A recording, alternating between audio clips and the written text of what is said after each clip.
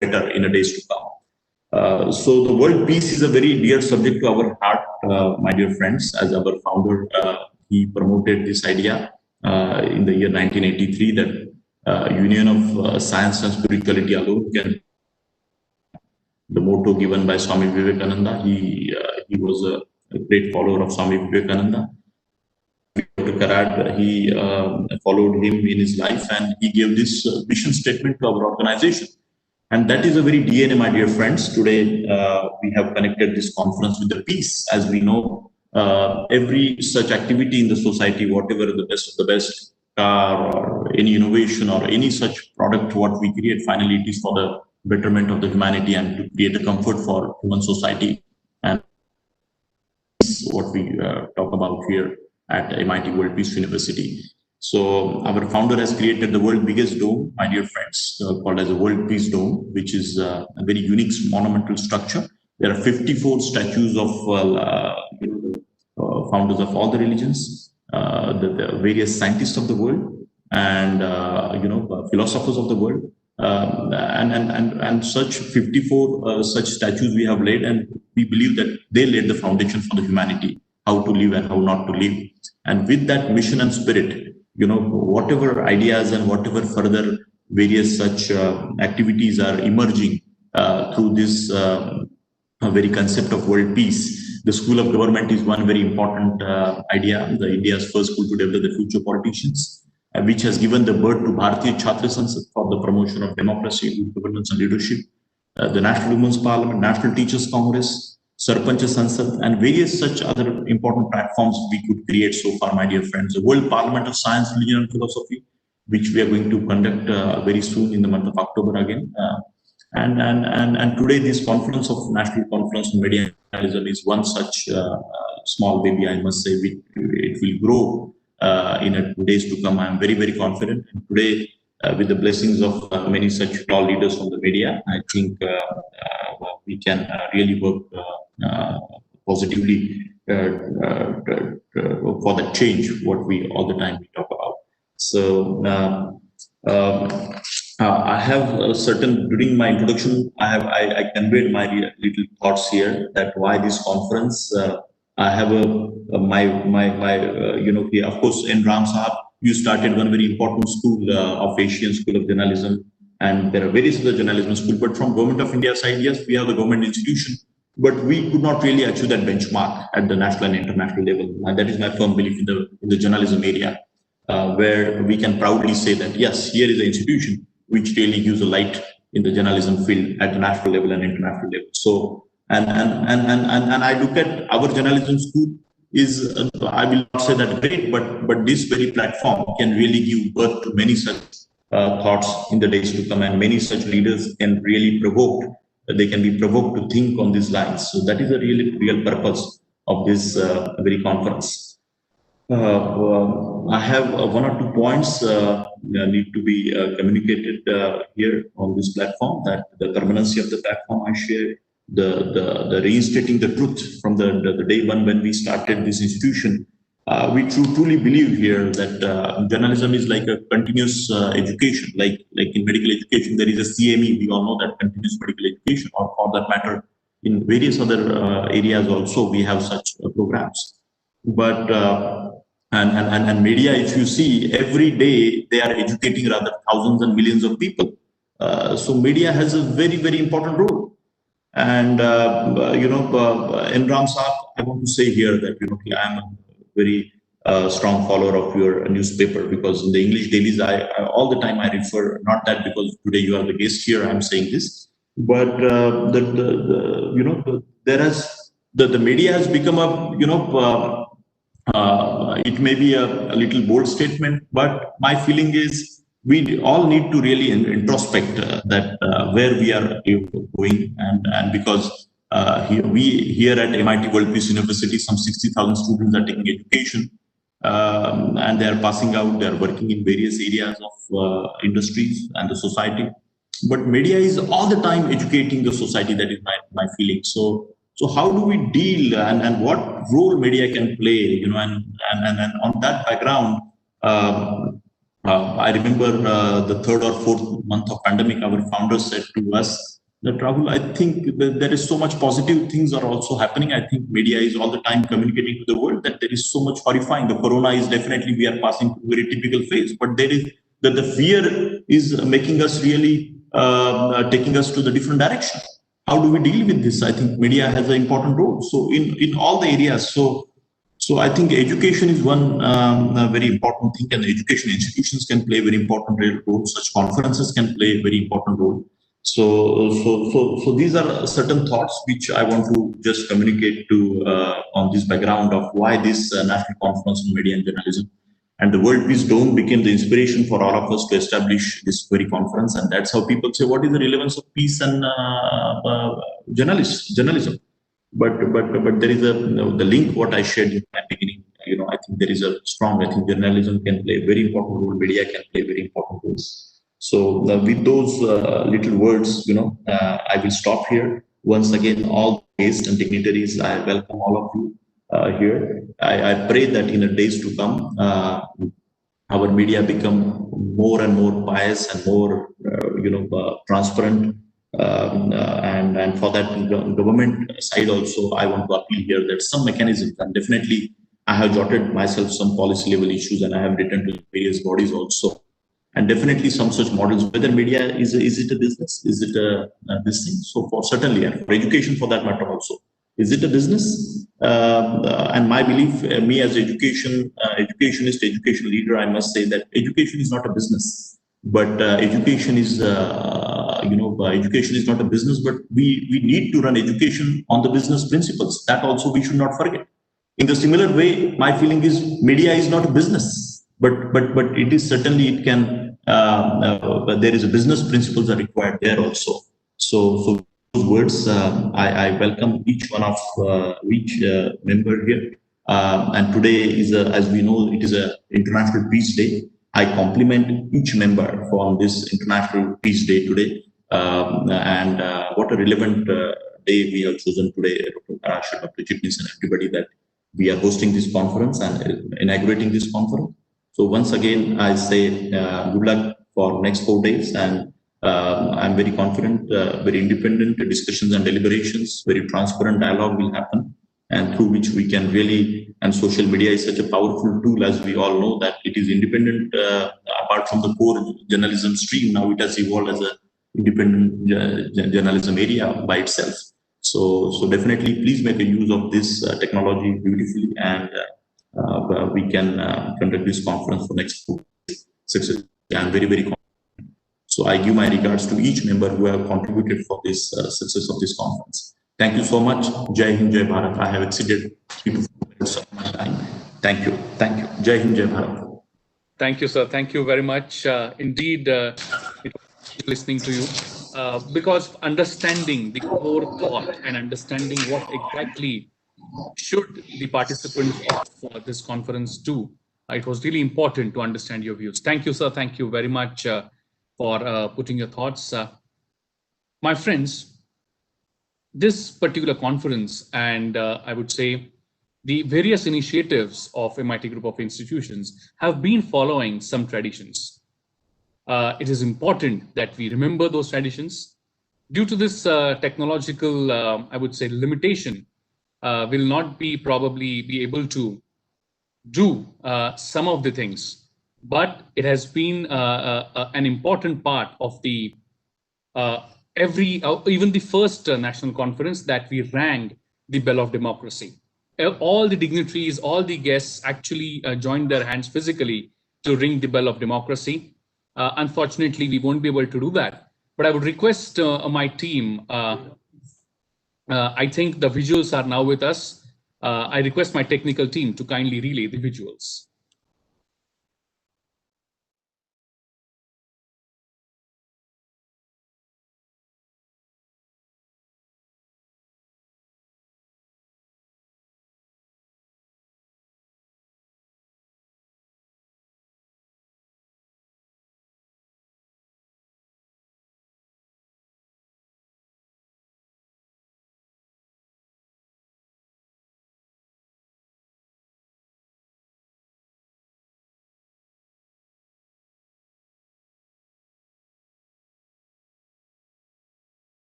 I'm sure, though we have the limitation, but through these visuals, I'm sure you all would have experienced what kind of celebrations we were able to do last night. Now, it is indeed my honor and privilege to take this function forward. But now, as we have the technological issue resolved, so if I can request my technical team, if possibly they can help us to get back to our traditions by playing the World Peace Prayer. I request, if it is possible, I request my technical team to kindly relay the World Peace Prayer. But before that, I would like to request everyone in the audience to please join their hands, close their eyes, and bring the image of anyone whom they admire, whom they follow, and request and I would say pray them to give you power to bring world peace. I request my technical team to kindly relay.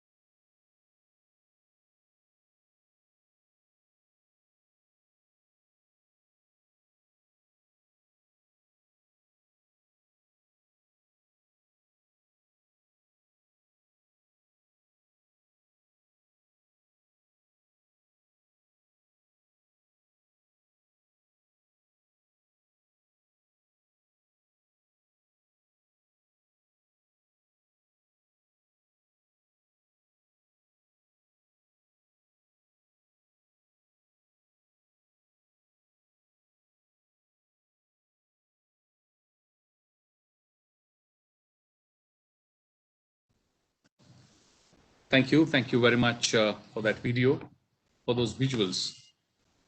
It is my now privilege and honor to share with you what exactly, what kind of experience we had last year in this first, I would say, National Conference on Media and Journalism. I'm sure the visuals of the same are also ready with us. I request my technical team if they can share those visuals with us. The, I would say, the gist of first National Conference on Media and Journalism. Over to you.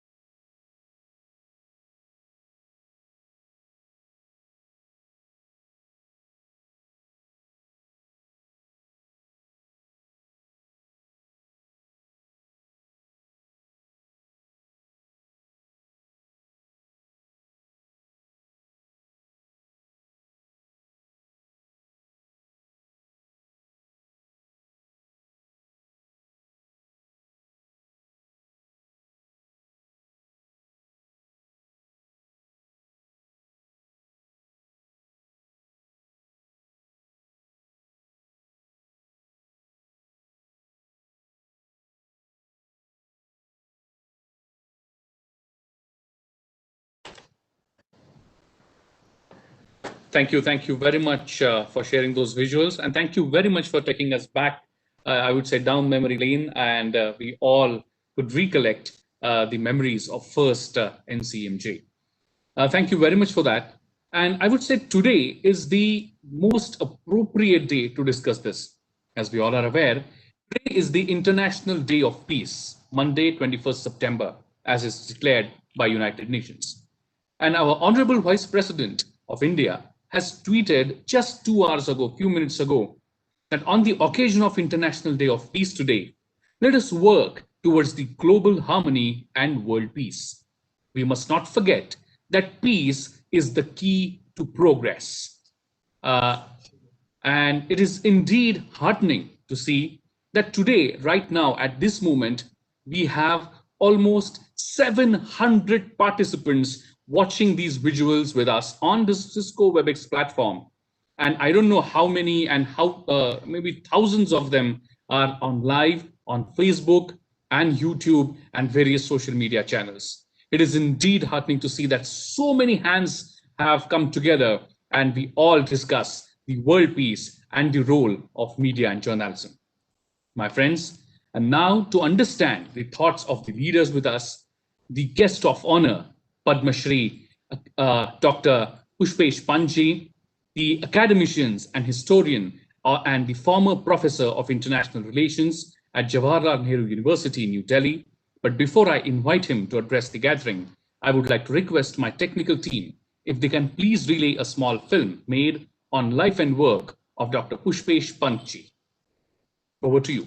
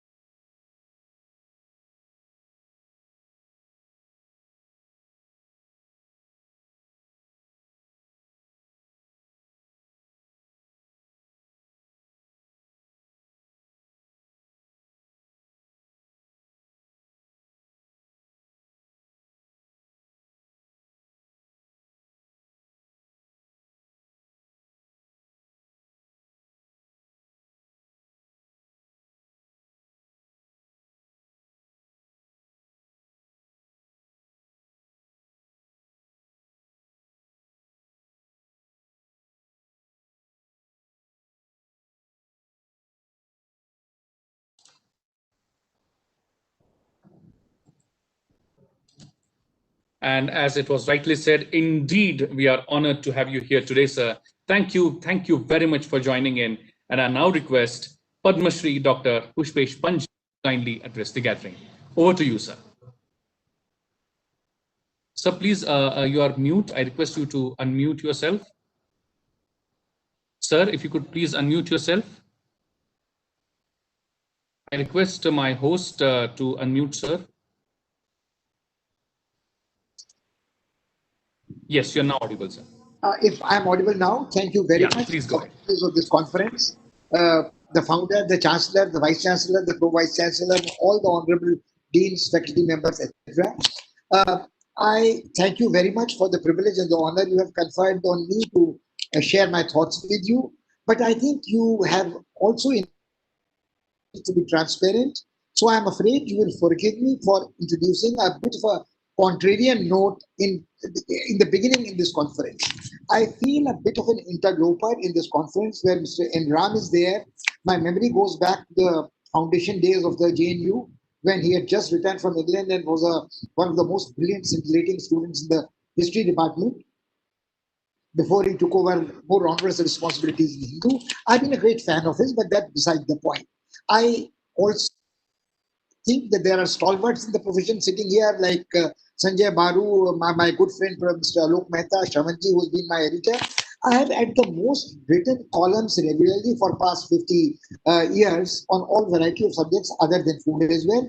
But I still can't claim to know media well. And I think my introduction, which introduces my food interest, my travel culture interest, and the Padma Shri incident, I think the only reason I have the confidence to open my mouth here is that after retiring from JNU, I have taught law in a private university where I have been teaching media laws as well. And that has made me think that is it very nice to even formulate, or is it very useful to formulate a conference theme as role of media? Are we not trying to put media as an abstraction? Also, media is a plural, so we are lumping all mediums of communication together. Of course, medium is also a medium of communication in language. So here you have Indian language media, and you have sessions devoted to radio and film and so on.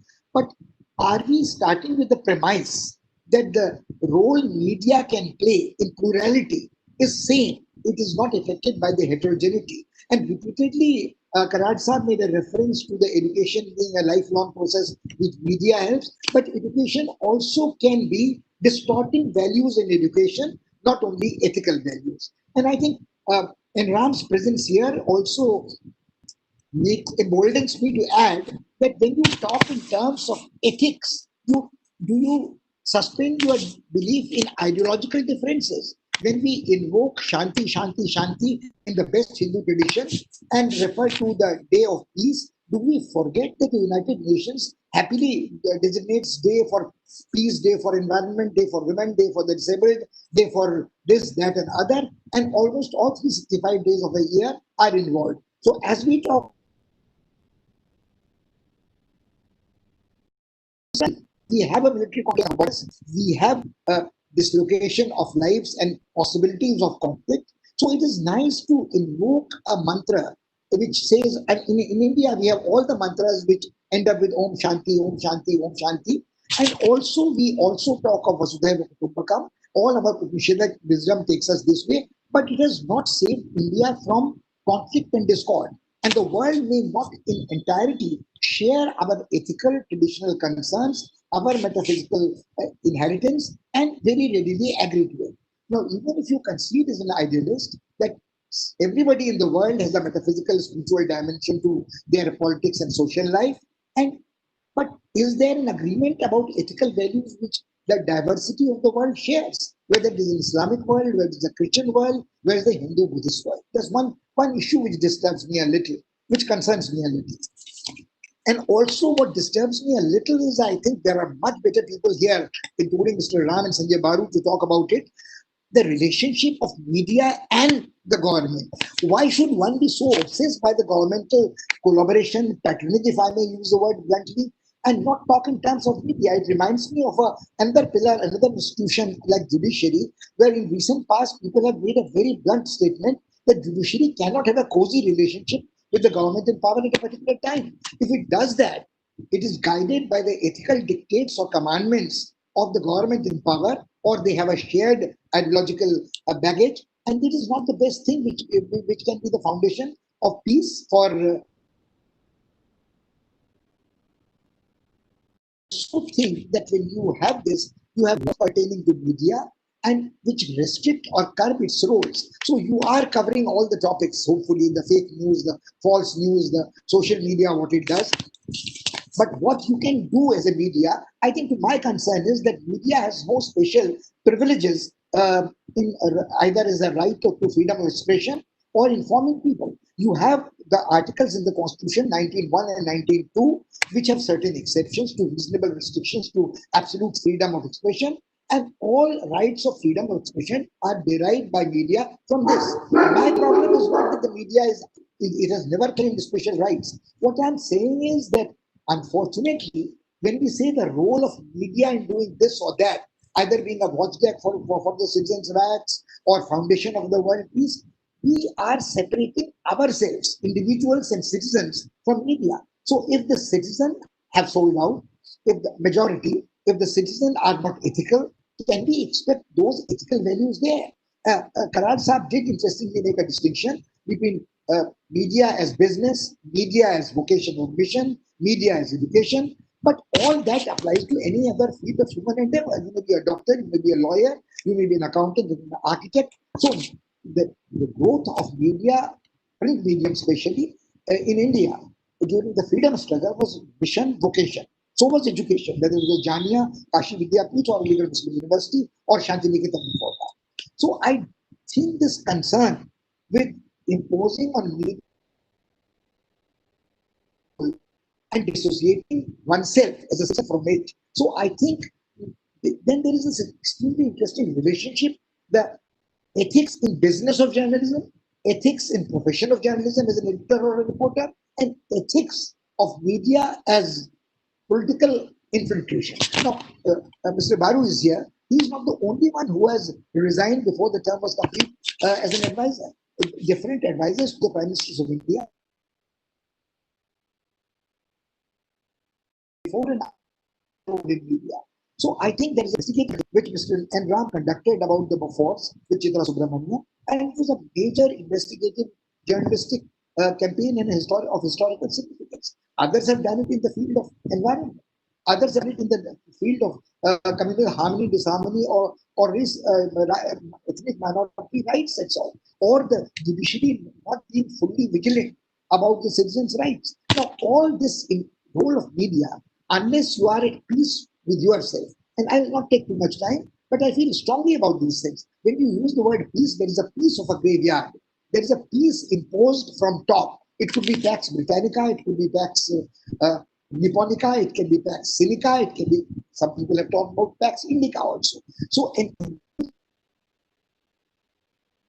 peace is not seen as a consensus of peace, which would be the Kantian imperative and the democratic equality and so on. So I have these three basic issues which I think should be injected into the debate, because I do not think that there is a broad consensus globally that there is a Vishwabandhutva, there is one Parivar, there is Upanishadic values and mantras which can only be the cornerstone of stable world peace. Now, there is a constant tension between forces of peace and forces of conflict. If a status quo power wants to challenge the status quo, which is oppressive, there is bound to be conflict. So as we talk, there are conflicts in northwestern tip of Africa, there is conflict in Brazil, there is conflict in the American continent, North American continent, there is a conflict in Eastern Mediterranean, there is a conflict in South China Sea, and I'm not talking of international flashpoints. As long as you are not at peace with yourself, a nation is not at peace with itself. As long as, to go back, then you are a house divided against itself. How can we hope for world peace? So it remains a pious hope. It remains a dream and a vision, and a vision becomes a vision when the dream is shared by others. So are we talking of a dream which is vision for India, resurgent India, and take it for granted that the rest of the world is waiting for us to assume that role, or we will have to think in terms of something more broad-based? I'll stop here, and I think I will let others who are more knowledgeable, more experienced, to take it up from here. Thank you, sir. Thank you very much. Indeed, it was pleasure and honor listening to you. And you've been so modest saying that let others who have more knowledge. It was really, really, it was indeed a pleasure to listen to you. So thank you very much for taking time out. And I'm aware that due to paucity of time, you have requested to leave early. But I would like to request you to wait for just a few minutes more. So we can't hear you. Sir, you're mute. Sir, you are mute, sir. Dr. Pant? Yeah. I will not budge an inch till I have heard Sanjay Baru and Ram and my good friend. Okay. Don't worry, have no fears about that. Great, great. Thank you very much, sir, for that. Thank you, sir. Thank you. So then it's a beautiful news that Dr. Pant has given us, that he's going to be here with us till the entire session. Thank you very much for that, sir. So now I would like to move ahead and invite a person who's very, very close to everyone, close to the heart of everyone at MIT World Peace University. I would say all the group of institutions that are under MIT umbrella, he is the Prerana. He's the person from whom we take our motivation, our energy to work more, work better, and perform better.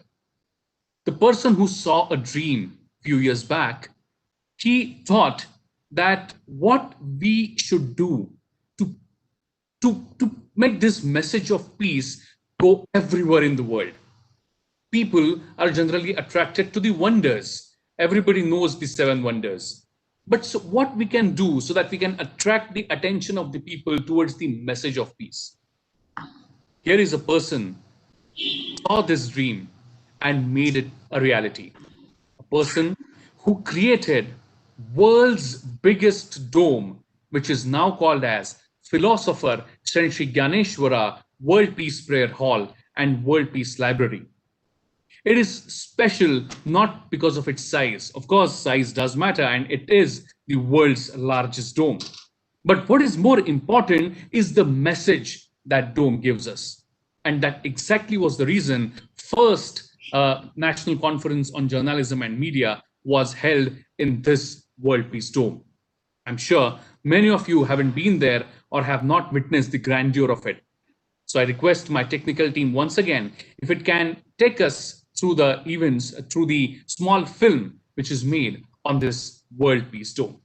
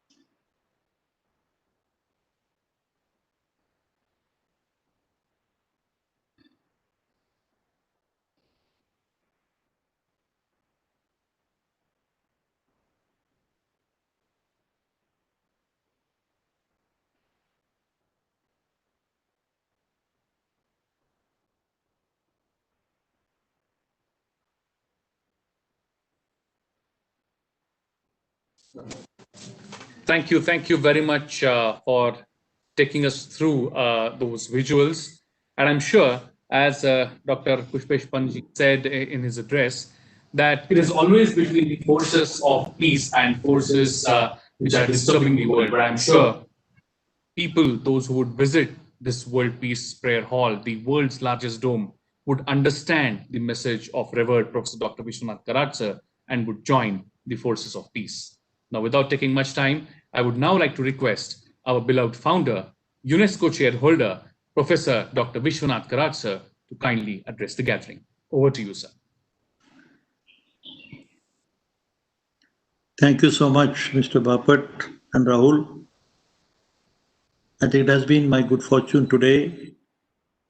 I have been having this great opportunity to listen to Mr. Pushpeji, then Mr. Ram, and many other guests of honor today for the great authorities with so much of wonderful background of the media and journalism.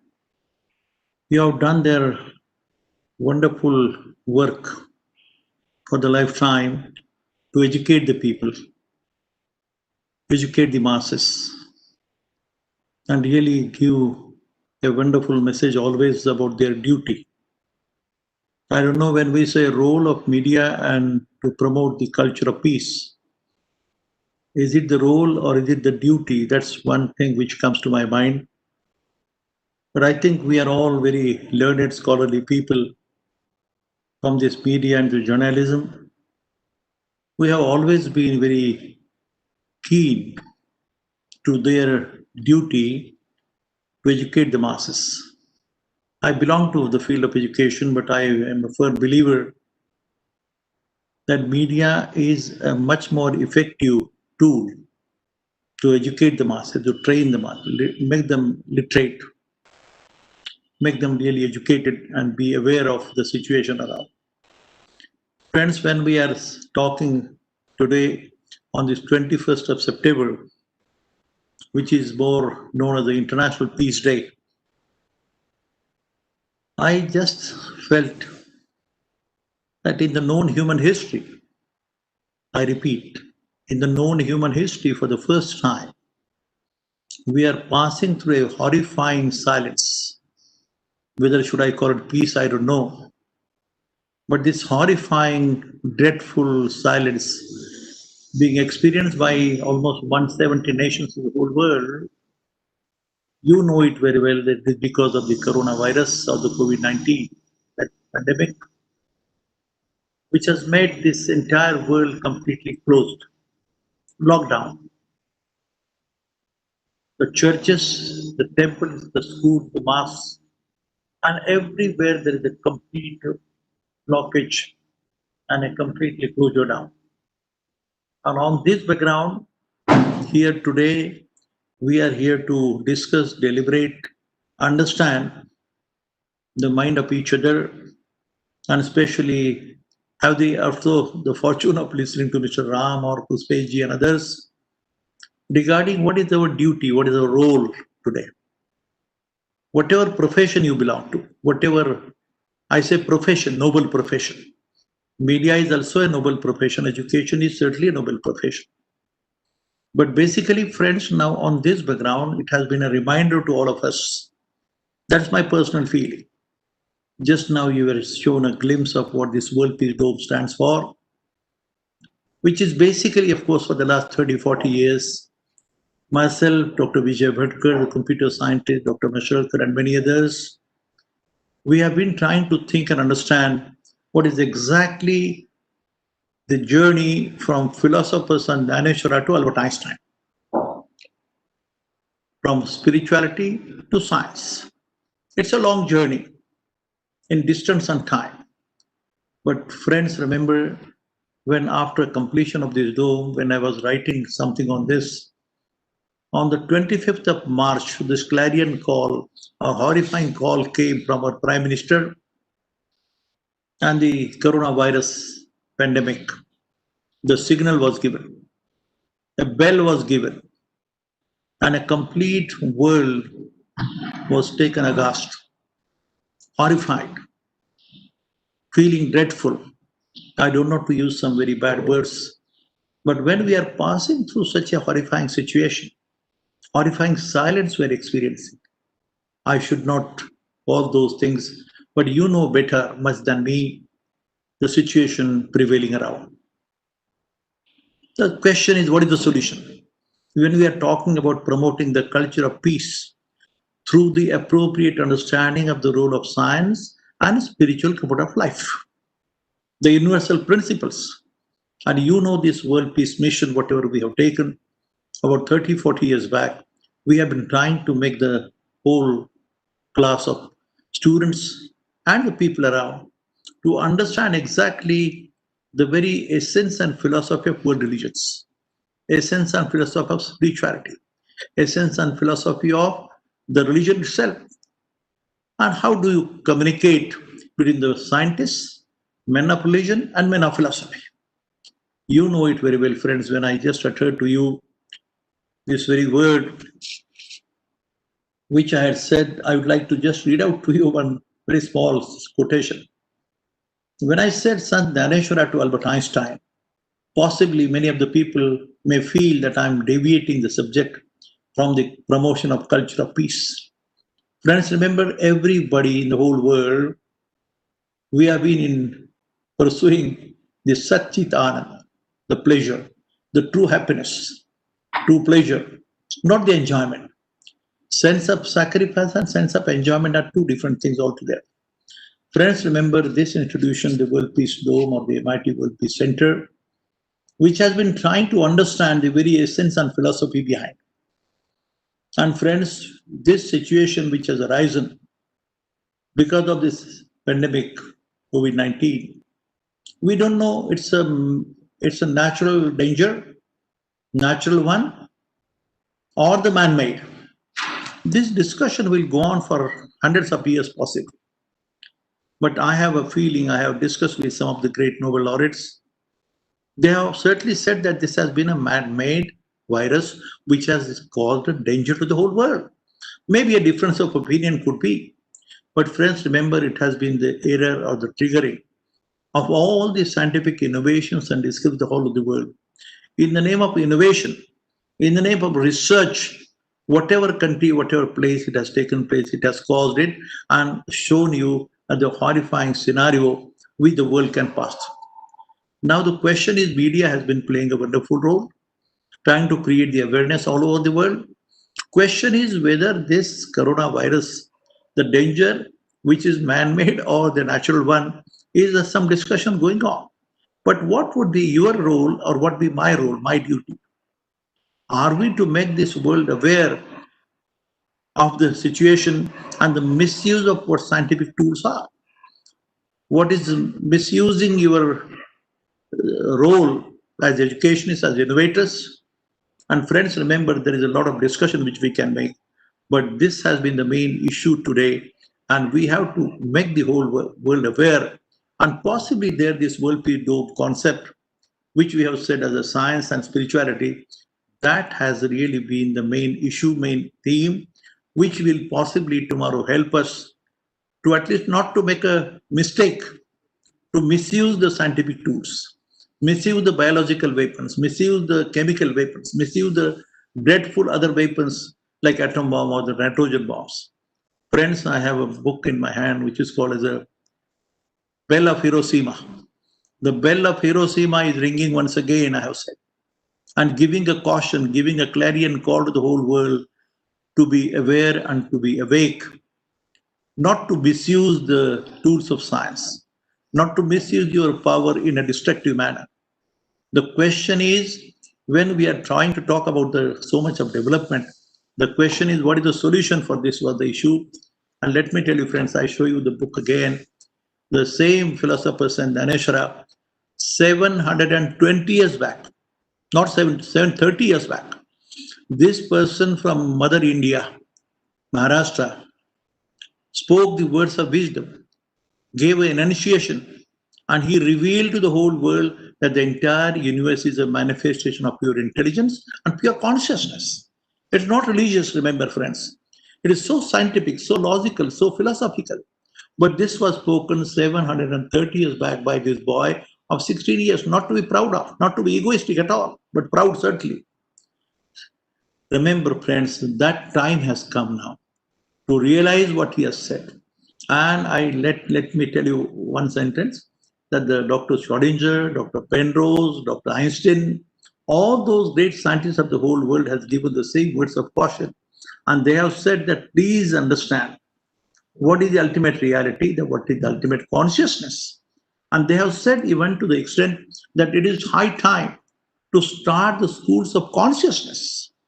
It's a wording of Dr. Penrose.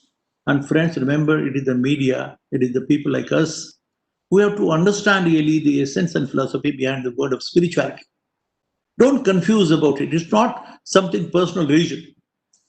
All the world religions are something which are developed by the great people like Jesus Christ, or Tathagat Gautam Buddha, or Lord Krishna, Bhagavad Gita, Bible, Holy Quran, Holy Tripitak. You can take any name. These are the life guiding scriptures. They have some personal touch, but the base is spiritual. And the question is now the time has come, friends, remember, and you are the people. The media is one group, very effective, very powerful, very visionary people are there with a passion and fire in their belly to educate the masses. Now that time has come, friends. That's my personal feeling. I'm so grateful to all the people. I know that we have a fortune of listening to the words of wisdom. But this is something which is something very unique, which we have been trying to follow, understand ourselves, and know exactly what is the role of science and what is exactly the role of spiritual life.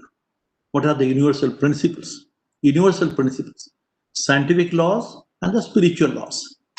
I'm sitting before you, friends.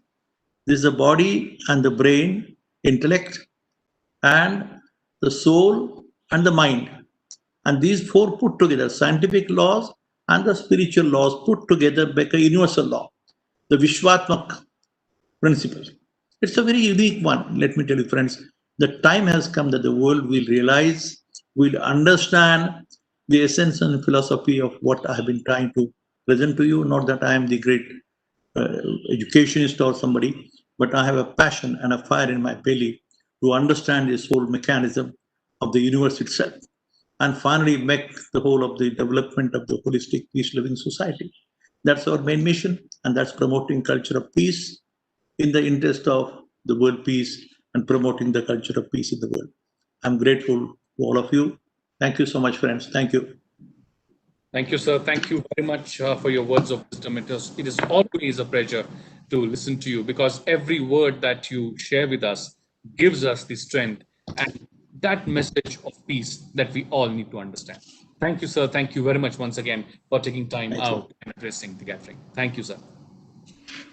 My friends, it is indeed my honor and privilege to take this entire conference forward. But before that, let me once again remind everyone in the audience that this platform gives you an opportunity to interact with all the stalwarts that you see on the screen. How? Very simple. You just go to the questions and answers section in this app of Cisco WebEx. If you may be using it on mobile phone or your laptop, you can simply go to the Q&A box, just the way we type any SMS or WhatsApp message. Just go there and type in your message and hit the send button. We will get your questions, and we will be more than happy to select some of the good questions and pose it to the dignitaries on the in this digital dais. We have also now received, and it is indeed our honor and privilege to have Shri Shravan Gargji. Thank you, sir. Thank you very much for joining in. I would like to welcome you on behalf of everyone in the organizing committee, and I would now like to take the proceedings forward. Next, I would like to invite the chief guest of this session, Dr. N. Ramji, Padma Bhushan, veteran journalist, director, the Hindu Publishing Group, THG, and the former chairman and editor-in-chief, the Hindu Group of Publications. It is indeed our honor and privilege to have him here today as the chief guest of this session. But before I invite him to address the gathering, I would like to request my technical team to kindly relay a small film made on life and work of Padma Bhushan, Dr. N. Ramji.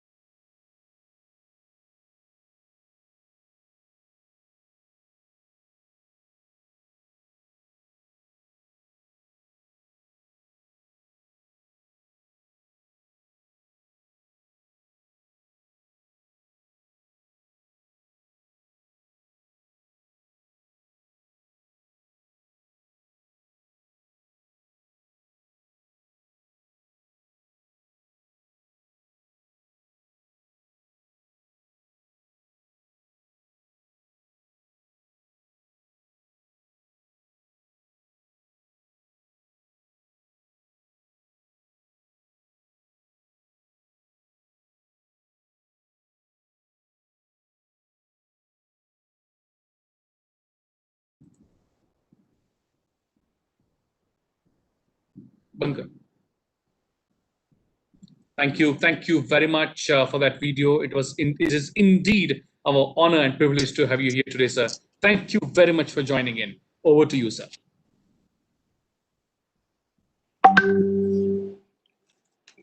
Good morning. I'm very happy to part inaugural session of a very interesting discussion. And we've already heard the founder, Dr. Vishwanath Kharat, and give us a broad. What I gathered from that is that you need to look deep into the surface. Very often journalism is the pursuit of superficiality and dilettantism. And also, my friend Dr. Pushpesh Pant made that you cannot media in isolation from what is happening around you, society, in politics. And so economic situation determines or influences, shapes a lot of happening. So the message is beneath the surface of what we are and what we do to see what the purpose is. That is how I think we teach this whole conference. Yeah, the cultures in the world.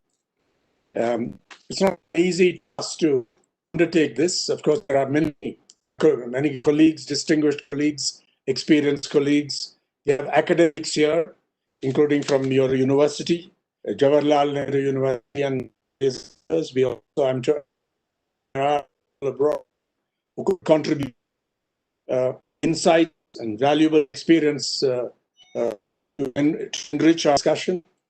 So let me founder and also the Rahul Garag and the that is involved in organizing this whole conference. Let me thank them for this opportunity. Begin by, in that spirit, let me address the question to us journalism at all. That question was posed in a different way by Professor Pant, challenging the idea that you can somehow,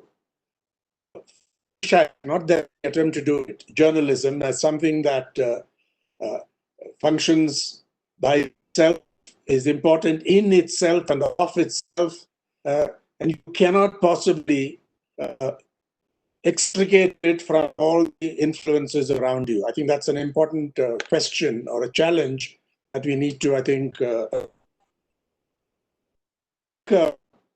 so what are the basic reasons for us to discuss the role of journalism, in particular the present state of journalism, and come to the really current question about how we have, in the time of COVID-19, already addressed, put on the table by the founder as the key question here today.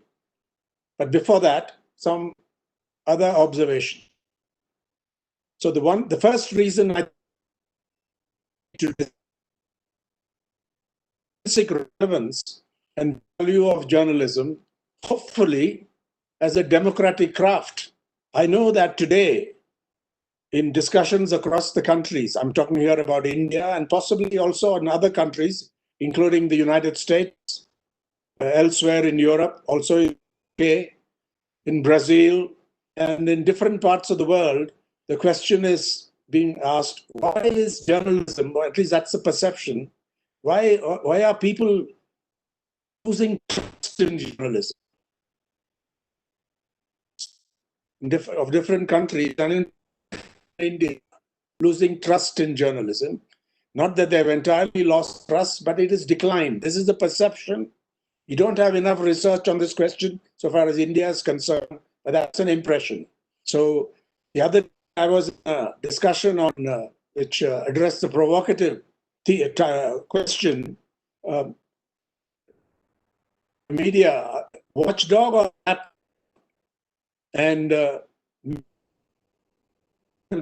we were very critical about the current propagandistic role of the large sections of the Indian media. There are good exceptions, there's no question about it, in the mainstream media and also in the small players, the digital players and so on. But overall, we don't know enough about performance of the media all over the country, in different languages. We just don't know. But the impression is that there has been a deterioration in the performance of the media across India. And it is true, I think, in many other parts of the world. Certainly in Western countries, this is being actively debated in journalism schools, in the profession and elsewhere. The first question is, how do we protect the intrinsic value of journalism as a democratic craft? I think journalists, I've looked at and the one that I think will serve a purpose is this, that journalism as it has evolved in modern times is best understood, and I quote here from Adam Stewart, a professor of journalism, the Poynter Institute, that it is a form of expression of brain work that includes making news judgments, gathering evidence, constructing narratives, and making sense of things. I repeat, a form of expression or brain work that includes making news judgments, gathering evidence, constructing narratives, and making sense of things. And also as a method of capturing and representing the world of events and ideas as they occur. Straight away, this was challenged by thinkers on journalism, starting, I think, with Walter Lippmann in the early years of the 20th century, who challenged the idea that journalism as a profession, or journalists, however talented they were capable of capturing and representing the world of events and ideas as they occur. He said that it's a very imperfect way of trying to understand the world, and he was much bothered about it. And I don't want to go into it, but those interested, particularly the academics and some of the practitioners of the journalism, I think would be interested to go back to that debate between Walter Lippmann and John Dewey, the philosopher, in the 20th century. And what came of it, you can make up your own mind. Journalism as a profession is not value neutral. As a sort of trade-off, and far-going freedom, including freedom from all forms of prior restraint to which we lay claim, we accept the obligation of exercising social responsibility. This may be a vague phrase, but given meaning in particular contexts.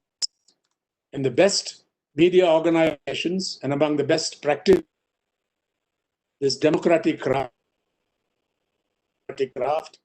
I think you have well-defined, teachable, and transparent standards of performance.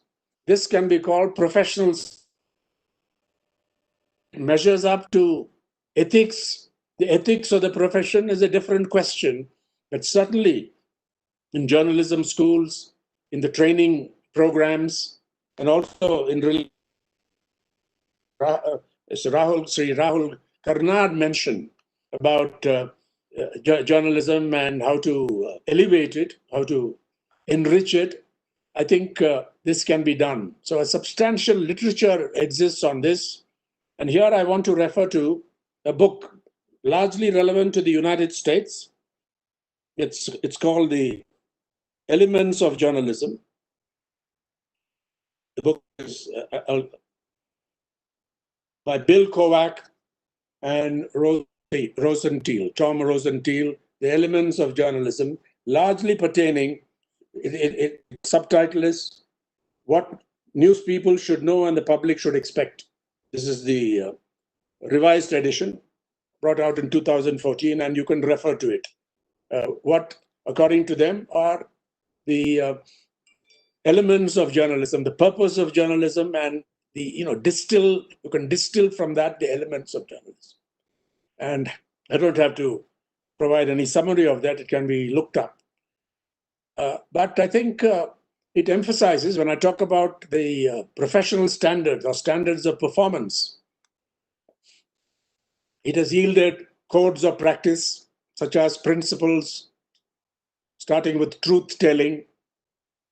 As a non-religious person, it's very hard. I don't believe in the concept of absolute truth, perhaps except in the field of mathematics, where if you solve a theorem, then it's solved forever. That's what the mathematicians say. Even scientists do not claim to have absolute truth very often, or in most cases. But of course, I know there's a whole other dimension to it and a discussion on that. I won't go in. But truth-telling, and truth is deeper than merely, trying to go to facts. And here I would like to cite some very interesting writing by the famous, iconic foreign correspondent James Cameron, who had a special affinity for India, many decades ago. And in his book called An Indian Summer, published in 1974, he made this provocative statement, which I will stand by. Quote, facts must never be allowed, get in the way of the truth. Facts must never get in the way of the truth. It's a provocative statement, but I think it's a very interesting and quite a profound statement. And if you can see the argument in that book. He explains that so-called objectivity is of less importance than the truth, and that the reporter whose technique is informed by no opinion, quote, lacks a very serious dimension, end quote. The reporters are not expected to be just neutral, to be completely without biases, without any subjectivity, but where science, there could be a solution is to counteract biases and the subjectivity. You can adopt a scientific method, and that method is the discipline of verification. Is testing it against others. I think it's very in philosophy that when two schools of philosophy, tradition in Indian philosophy is to provide the best arguments for the other side and take it on. Whether it is Charvaka, something else, the best is to arm the other side with its maximum strength before you contend with it. And I think this is very important in science, where there's peer review, and also in philosophy and so on. And I think it's important to the journalistic craft as well. So you have to be exposed to opposing views, fiercely opposing views. And that is why I was very pleased that Dr. Pant initially said that he was going to do a sort of counter or sound a contrasting note to the whole, to the whole discussion, or the whole theme of the discussion. So Cameron, I think, went on to say that journalists are professionally obliged to present their attitude as vigorously and persuasively as they can, to be set out for consideration, criticism, and debate. And being scrupulous about this is a vital ingredient of, and this is a key word, I think, moral independence. Moral independence. And among other things, this involves an attitude of mind that will change and criticize automatically, thus to destroy or weaken the built-in advantages of all propaganda and special pleading. I'm still quoting Cameron, including the journalist's own. And I think this sums up the approach of many of the finest journalists of the modern age. Not that they, even the reporters, foreign correspondents and others, didn't come to it with an empty mind, with no biases. They came with a standpoint. They took sides. And that connects with, I think, the theme of this conference. What can you do for peace, world peace? In India, as the founder has mentioned or alluded to, I think there's a lot he said right that bothers us. There is toxic disinformation. There are acts of violence. Freedom of, especially for the press, is being pressured, is being assailed.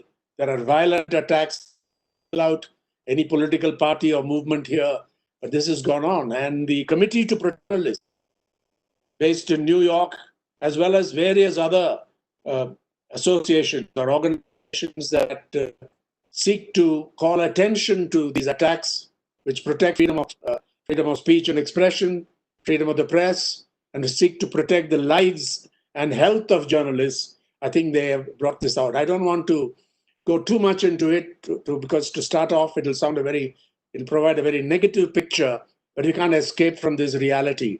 India is one of the few countries in the world which figure year after year in what CPJ, the Committee to Protect Journalists, calls the Global Impunity Index. Journalists can be attacked and even killed while they're working in the field in connection with their work, and the law doesn't bring the assailants, the murderers, the killers to justice. Not a single case since 1992 has been resolved finally. Not in a single case has justice been rendered here. This literature exists. I've written on it. Various others have written on it. But I think we need to address this as well. And there are other countries which face similar problems, but I don't want to dwell too much on this question. In India, I see the problem is people are being divided on the lines of religion, on the lines of caste, and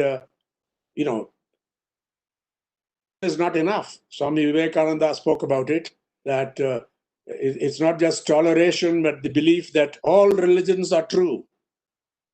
In the famous Chicago address, he claimed that this was almost unique to Hinduism. But today, not only do they not, that everyone has a right, an equal right to believe what they want, as long as they stay within the four corners of the Constitution and civilized behavior and so on. But even toleration, if you look at it, it has gone down. That is why lynchings take place against innocent Muslims. That's why there's violence. There was violence in Delhi. That's why the law doesn't apply equally to everybody. I don't want to dwell too much on it, but you can't escape this reality. It has to be set right. And the role of the media in this has to be looked at carefully. Before I get into that question, I just want to make a quick distinction between the state of the media and the state of journalism. They are related, but they are two different things. You can have a flourishing media, and that's where the business side comes in. Dr. Rahul Karnad mentioned it. How do you reconcile the pursuit of journalism, like the pursuit of education, which we regard as a noble profession or a democratic craft or a democratic profession?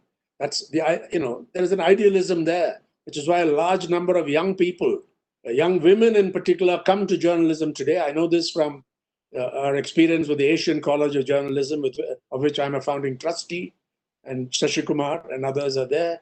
We find a lot of people who come there not to make money, but because they are attracted to this, just as a lot of very, talented people, valuable people go into the field of education, not to make money, teachers in particular, but because they love knowledge, they love to impart it, they love to get people to think critically and so on. So I think that's, so we need to raise that question ourselves. Today, what is my conception of journalism? What are the roles to have some kind of theoretical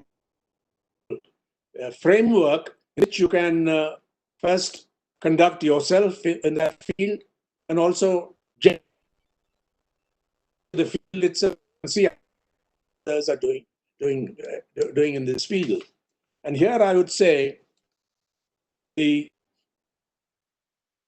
my conceptual framework is as follows. Just a minute.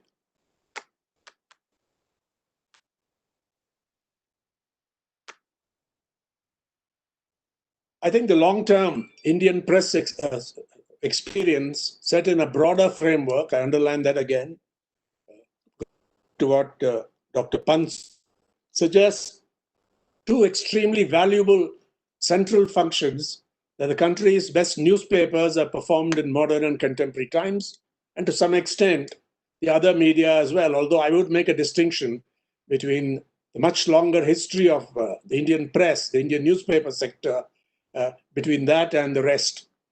But they also do that. And the digital media have done that to a significant extent, even in India. These functions, I would term a credible information function. That's the first one.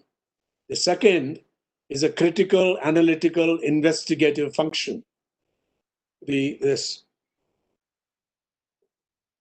great writer, Gabriel Marquez, made the statement that all journalism is investigative. They don't make a special distinction between that, which means, and he called it the best job in the world, in a well-known speech.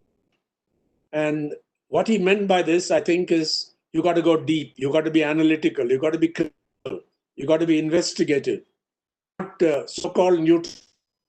And an accompanying condition for whatever reason, gives newspapers free or relative free rein, and a public culture of valuing these functions develops. Performed over time, these two functions, the credible information function and the critical function, work together to build media, or more accurately, in individual media organizations, and even more accurately, in the work of individual journalists. They are trusted.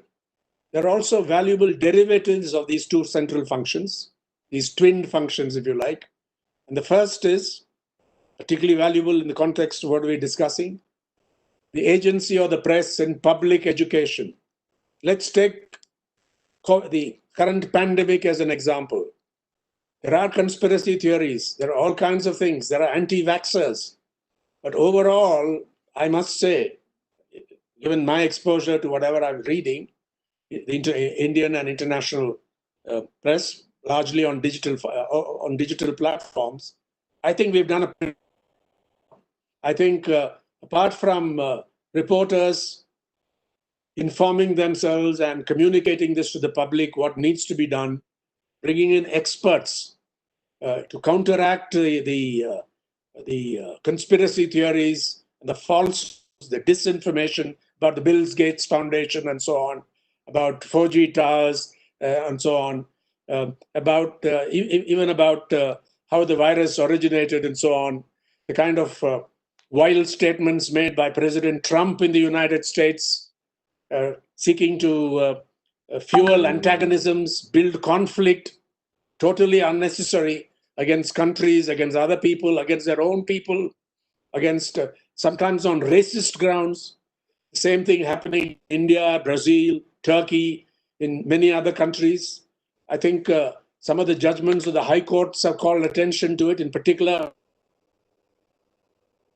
proud to say, the Aurangabad bench, High Court of Bombay, I think has come up with a very significant judgment about don't demonize particular sections of society, including foreigners. I think these are valuable functions performed by the media and by good journalists, a large number of very fine journalists, by way of public education. Second, derivative of the two central functions, serve as a critical forum for analysis, disputation, and comment, in which different ideas, opinions are freely discussed, debated, and have it out. This is a constructive process. It looks fierce sometimes, but it actually helps to build amity because you arrive at solutions. And that's, I think, important. A third derivative, I'd say, is agenda building. Socially, it's not agenda setting. That's too tall a claim. The media do not do agenda setting. The media can participate in virtuous, helpful, peaceful agendas. Socially conscious media can trigger agenda building processes to help produce democratic and progressive outcomes, and which could be more democratic and progressive than pursuit of peace, whether within your country or with neighboring countries. I think I don't want to dwell on how we deal. There are chauvinistic tendencies. There is hyper-nationalism in various sections of the media, which I think need to be studied, and so on. But these are things that have to be watched. And I particularly appreciate your effort, your attempt, your endeavor to discuss these things frankly, transparently.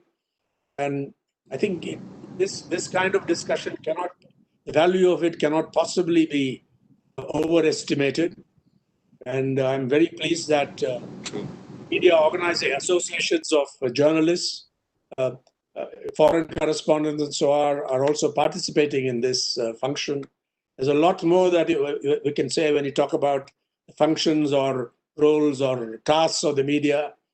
I would also refer to a fine discussion of this by George Brock, book that came out in 2000 called Out of Print, Newspapers, Journalism, and the Business of News in the Digital Age, where he identifies 4 core tasks as the irreducible core or the foundation on which journalism in the 21st century is going to be rebuilt.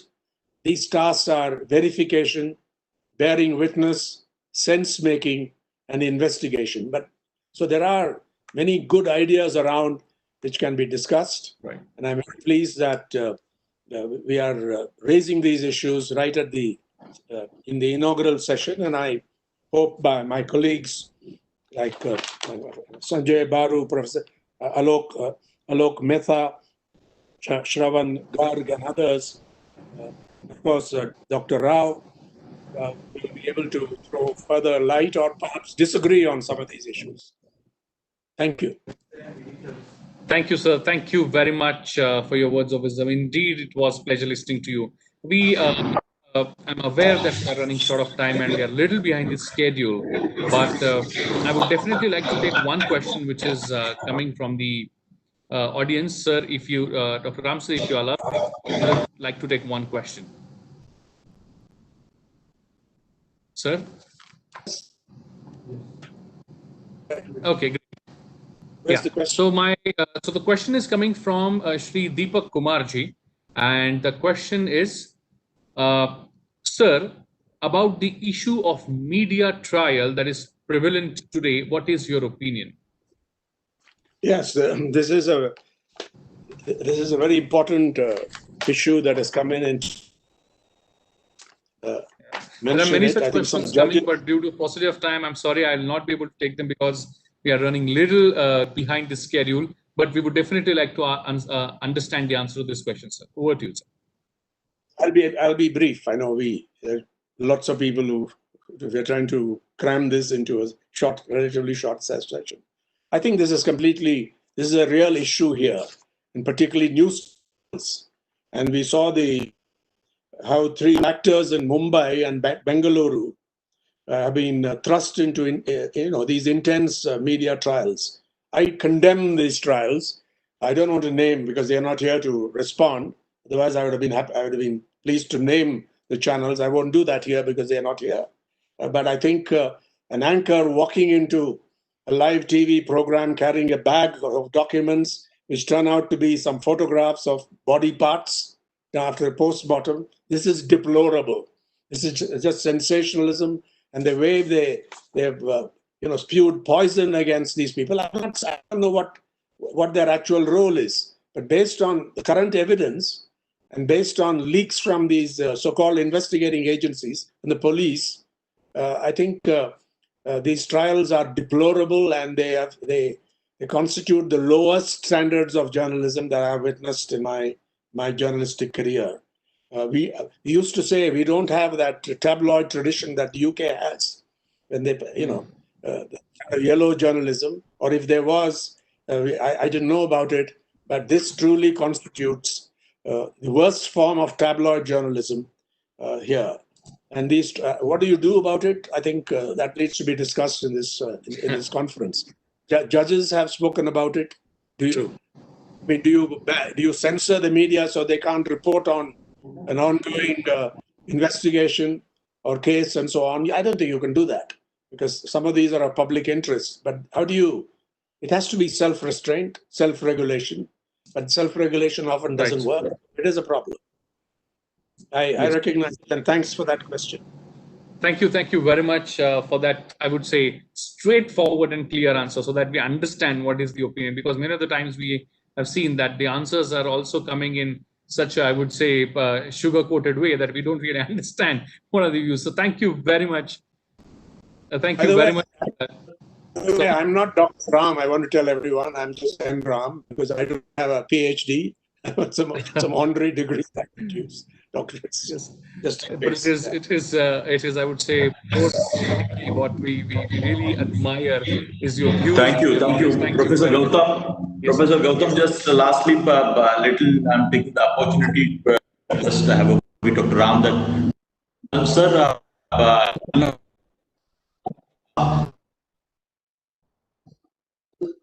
though this model was 15 years, Profound was working day and night on this very vision of unification of science and spirituality. So from Plato to Kant, Hegel, Spinoza, Newton, Faraday, very such statues he has laid down there, and it is a very unique structure. So I wish and pray that someday you visit, and you are a veteran senior leader of this area of journalism. I'll be happy to host you someday, sir. Thank you so much. I look forward to that. Thank you. I accept your invitation. That's great. That's great. Thank you, sir. Thank you very much. And it was indeed our honor and privilege to hear your views. And now, without taking much time, I would like to take the session forward. And at this moment, I would like to invite the Honorable Vice Chancellor of MIT World Peace University, Professor Dr. N.T. Officer, to kindly address the gathering. Over to you, sir. Thank you, Gautam. I once again welcome all the dignitaries to World Peace University's event. We consider it as a privilege for us to host the luminaries in the field of journalism. On a personal note, I would like to tell N. Ram that I grew up reading the Hindu in the village bordering Tamil Nadu and Andhra Pradesh.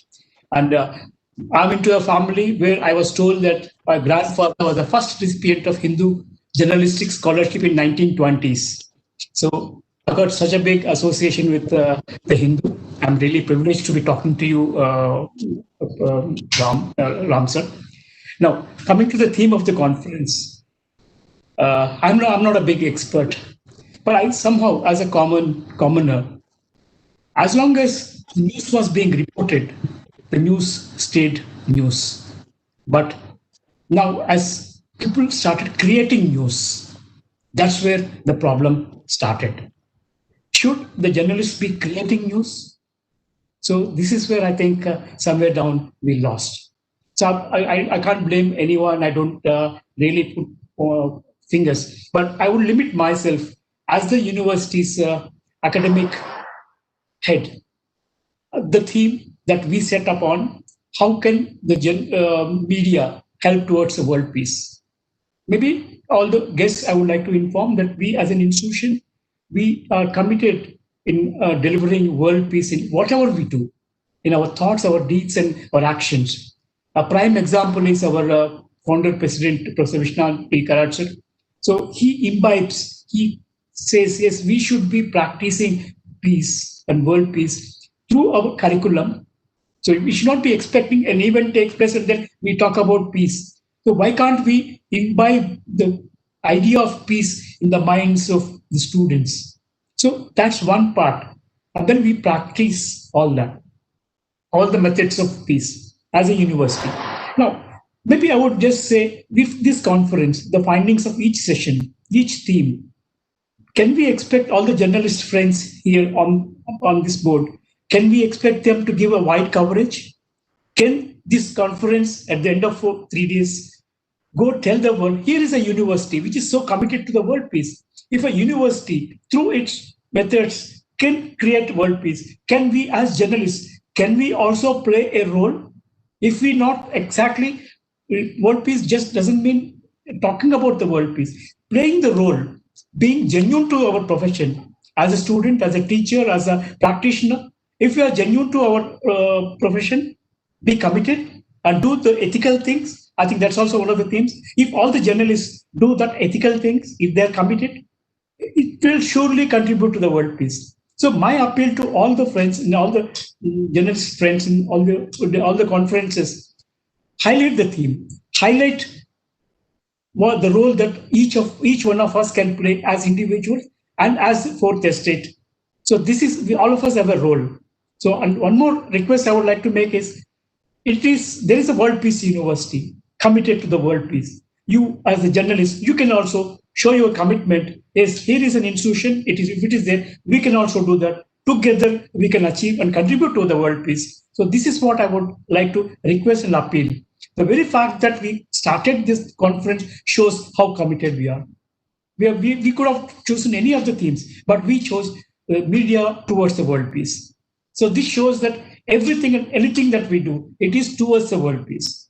So all of us have a commitment as individuals, as citizens of this world, and as professionals practicing all our professions to contribute to the world peace. So once again, by appealing to all of you that we should promote this World Peace University as an institution which is trying everything to bring in world peace around the world. that's with that appeal, I would congratulate the organizers for a wonderful theme and inviting such luminary speakers, and wish you all the very best. Thank you very much. Thank you. Thank you, sir. Thank you very much for making all of us, and even including the guests, to understand that what exactly we have gathered here today for and how exactly we would be taking this discussion forward. Thank you very much for guiding us, and thank you very much for being there as the patron of all these gatherings. Thank you, sir. Thank you very much. Now it is indeed my honor and privilege to take this session forward with the next guest of honor who's there with us, Padma Shri Alok Mehta ji, the editor of TV, broadcaster and political commentator, former president and secretary of General of Editors Guild of India. Thank you, sir. Thank you very much for being here today with us. But before I invite him to address the gathering, I would like to request my technical team if they could please kindly relay a small film made on life and work of Padma Shri Alok Mehta ji.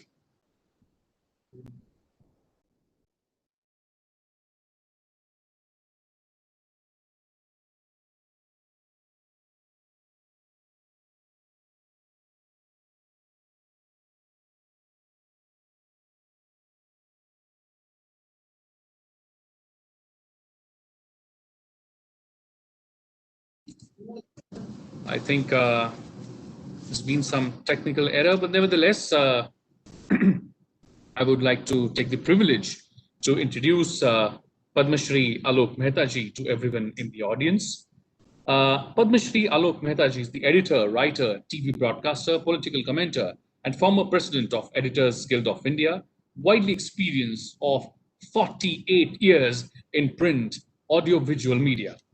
Worked as the chief editor of Hindi Outlook, chief editor Nai Dunia, editor of Hindustan, Dainik Bhaskar, Nav Bharat Times, and governance now in Hindi. Also worked as an editor of Radio Voice of Germany at Cologne.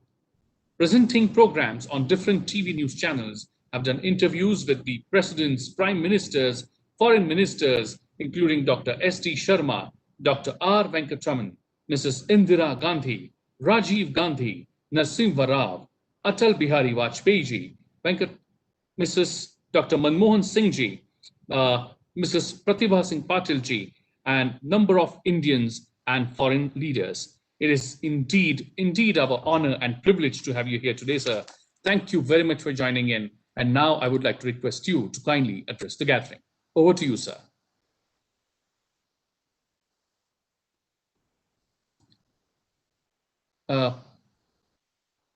Alok Mehta ji. Very much. Yeah. From the chairman of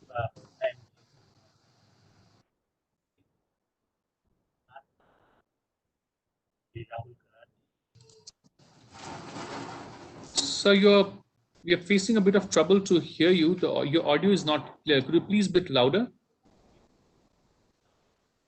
chairman, chancellor, vice chancellor, faculty member, Gautam Babaji.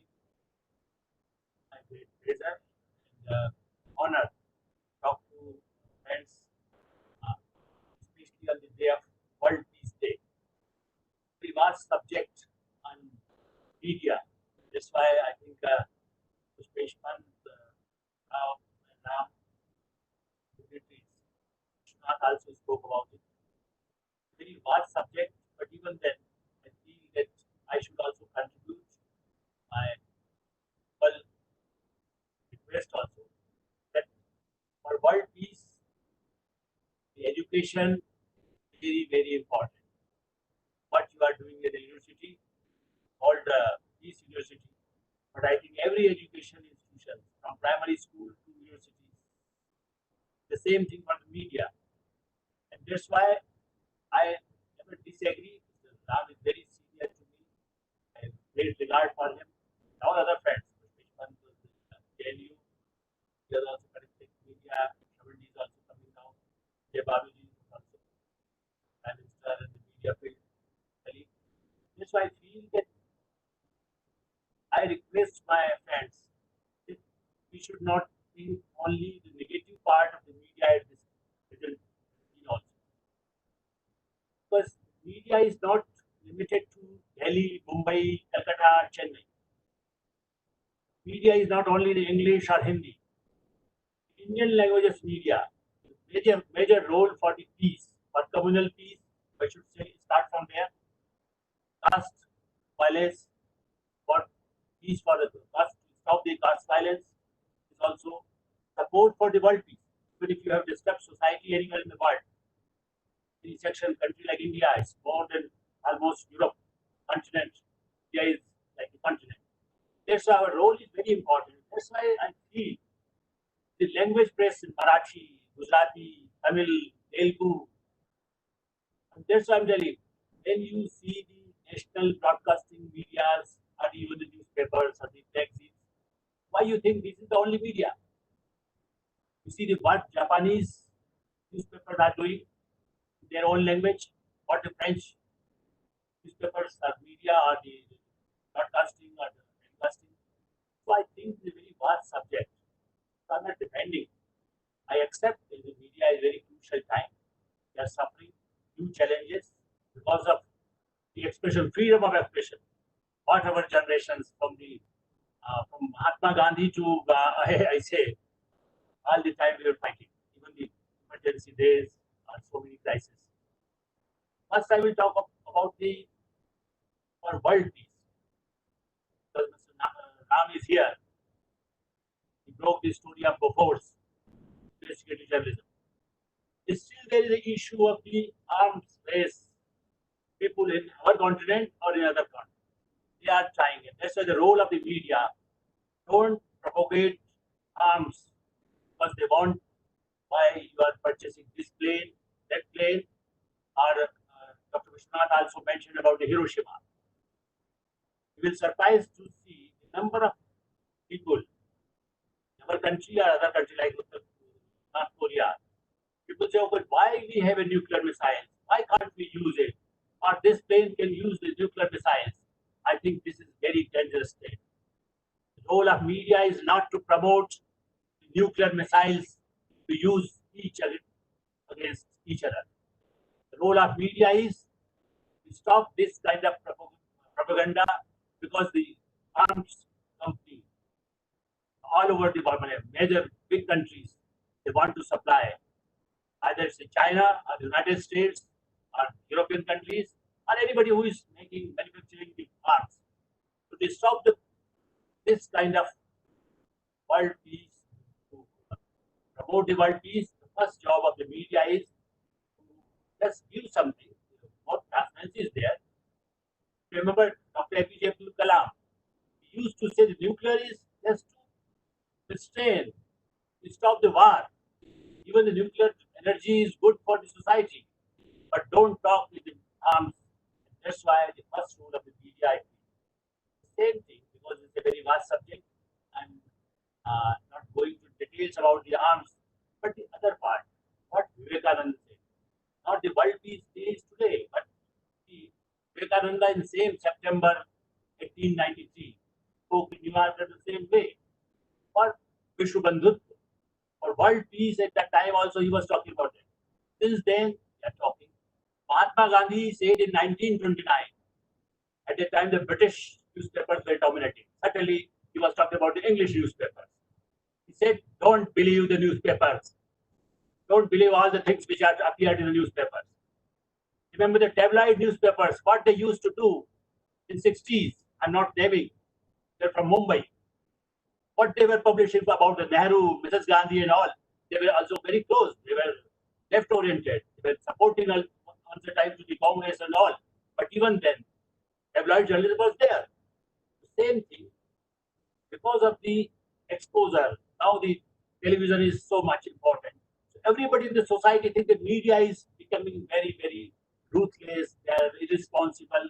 I think that's why we need code of ethics. Dr. APJ Abdul Kalam released the code of ethics for the editors. When I was the general secretary and later I was the president. So we have the code. The press council also has the code. But electronic media, at that time also in 2006, the government wanted to bring legislature. Then we, including Mr. Ram, Mr. Ravi, we all fight for this. We don't want a government intervention. But certainly, that's why the Broadcaster Association came in the picture. They also have some ethics. So the self-regulation is the only solution for any leader, for media person, for educationist, anybody. That's why I think it's time to review, right time to talk about the universities we should discuss. But we should not condemn all the media. What the Hindu is doing, what the Indian Express is doing, what Malayalam Manorama is doing, what the Sakal or the other newspapers they are doing there. Large number of the word circulation of the Indian media is in the language. You see the regional channels, they are not provocative. They are talking about the problems, especially to create awareness. This is the crisis time of the COVID. And that's why I feel that the media also played a very important role to create awareness. Forget about who is the government. Maybe, but I accept that there may be differences. And Mr. Narendra Modi, since long he was talking about the healthy India, Swasth Bharat, Swachh Bharat. At the time, the COVID was not there. But I think any prime minister of the world, he will talk about this, that the health is the major issue. Because when we used to say the third world war will be due to water. Now, without war, this COVID also provoked countries against one country, China. But I think from the ground up, we have to fight such situations. And that's why the media should create awareness for the peace. We need to promote the education. We need to promote the health. How much time our media give about this? The pages, I think the responsible journalists and editors, they publish. I was editing number of newspapers, even in Bihar and all states. But even then, I used to publish health on full page. In Hindi newspapers, I had the health editor at the time, 20 years back. So I think we need such kind of role of media. When we just talk about the media, don't just follow the American or European. I can quote number of things. The Pulitzer Part Award winner, they were also ultimately found guilty. Fake news. I'm not everybody, but certainly there are people who Pulitzer Award winner in Washington Post. Ultimately, he found that he was for fake news. So in India, because it's a big, they're only the Washington Times but you go to other states. US today also was successful because they had the 82 editions. I don't remember at the time how much function they have. But the regional press, regional media, regional television are nowadays, because of the YouTube and the websites, they're also doing a lot of stuff. Maybe we need some screening, we need some limitations, we need some discipline, we need a code of ethics. But the main responsibility of the parents of the media owners, leaders, all political parties, not one political party. So the right in Mumbai took place only a long time. But now in number of states, what happened? I think everybody is part of it. They should also cooperate. I think your university is doing a very great job. I just for the first time I'm talking to you, and I feel your colleagues will also try to promote these efforts that you shown in your film also. And for this, as Dr. Ram also said, that next time discuss in a big way. Yeah, time to time we can discuss, not me, but others also. Because I think we should give the society the hope, confidence. If we say negativity, everything is going down, then what we do? Go to society. I think number of hundreds of people in the tribal area you go, the best school. I request your friend and colleague, go to Bastar, remote area in Jagdalpur. You will find a school, people who died by the Naxals are affected, are the Naxalis and their children. 100 crores rupees, I don't know, the government or anybody who is spent. Better school than the Delhi's public school or modern school. Visit those schools and say, in every area, every state, we need such schools, devoted schools. Teach them. Very talented boys we can find it. I think there are people who are working. Very difficult is unemployment, that's why violence. There are problems because provocative things come out in social media, and because of the mobile phones and it's a good point also. So they learn also. But a person who is living in a tribal area, illiterate, he is not following what news or views. They just see what information they want about health, what they can do, what they can purchase, where they can sell. I think this is the main issue for our society, promote the peace in the world, more responsibility with India, Indian media, Indian education institutions, and I hope other universities will also follow in the same way. I accept India also, including myself, because I am in the same community. I'm not doing very well, but every time it happened. You see, in 1978, the Janata Party government came. I have the minutes of those times. Writers Guild, they were suffering. The problem was there. At the time, they have written the senior writers that what kind of pressure we are facing from the government. So any government will come anywhere in the world. What Trump is doing, earlier president also, they used to ask who is the bureau chief of the New York Times. Who is doing this? Britain also. You read the editor's autobiography. You see the British London Times editor or the other Guardian editor wrote a detailed full book about it. How much pressure he used to face also. Maybe comparison, you can't compare the Indian situation, but we will always have a challenges. Earlier we had the plague, now we have the COVID problem. Maybe it's not serious more than the plague because all over the world is facing. That's why my request, I am not going to support. I think I should be good here, but my request is think positive, give promotion to the education and ethics. Whatever we can do, everybody should talk about the ethics and promote peace in the society. Thank you very much. Thank you, sir. Thank you very much for your words of wisdom. Thank you very much for guiding everyone present here today.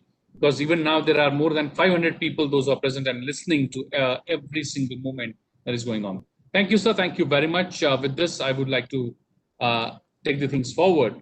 And now, before I go forward, I would like to, I know we are absolutely short of time, but let me take one question, sir, if you allow me. One question I would like to take for you. It is coming from Professor Asavari Padke, and the question is, these days it is observed that the news is being commodified. So it's basically news is used as commodity by media. So what exactly is your opinion on this particular observation? Over to you, sir. We have very less time in hand, sir, but we would like to know your answer. Yeah, he's very right. In the 1990s, the new generation of media owners started this thing. That they don't want a difference between book, how they can, I'm knowing about it. Some people, they started the big media houses. They said this is like a consumer product. But that's why I'm telling you, there is a real problem. Earlier also, Mr. Rahul also spoke about it in the business. Maybe we need more money also. That's why even earlier we were talking that how much FDI should come in the media. There is a problem. But electronic media is not the FDI. Other way, in the name of entertainment or some other thing. That's why there is a problem. People think it's a product, but it's not a product.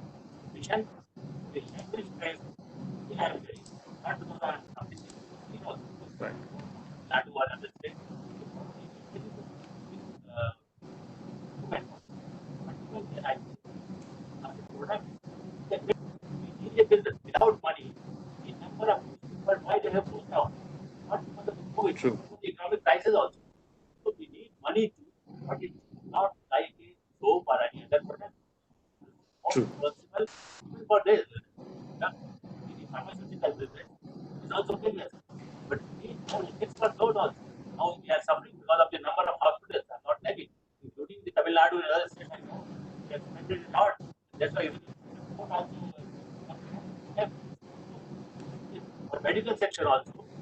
There are ethics, but they are not following. So they are also becoming a business. Right. In the name of the health and educational area, just make money and don't spend for the people, for the masses. That's why there should be ethics. We don't want government True. interference, but certainly judiciary can help us ultimately. Yes, indeed. It is the only one solution in democracy. Dictatorship, we can dictate from Chennai to Delhi or Calcutta or London. So I think Indeed. Thank you. Thank Yes. Indeed. Thank you. Thank you very much, sir. Thank you very much for that answer. And now, without taking much time, I would like to take the things forward when I invite the next guest of honor of this session, the Distinguished Fellow, Institute of Defense Studies and Analysis, IDSA, and United Services Institution of India, USI, former media advisor to the Prime Minister of India and former Secretary General of FICCI, Shri Sanjaya Baruji. It is indeed our honor and privilege to have him here today. But before I invite him to address the gathering, I would like to request my technical team if they can please relay the small film made on life and work of Shri Sanjaya Baruji. Over to you.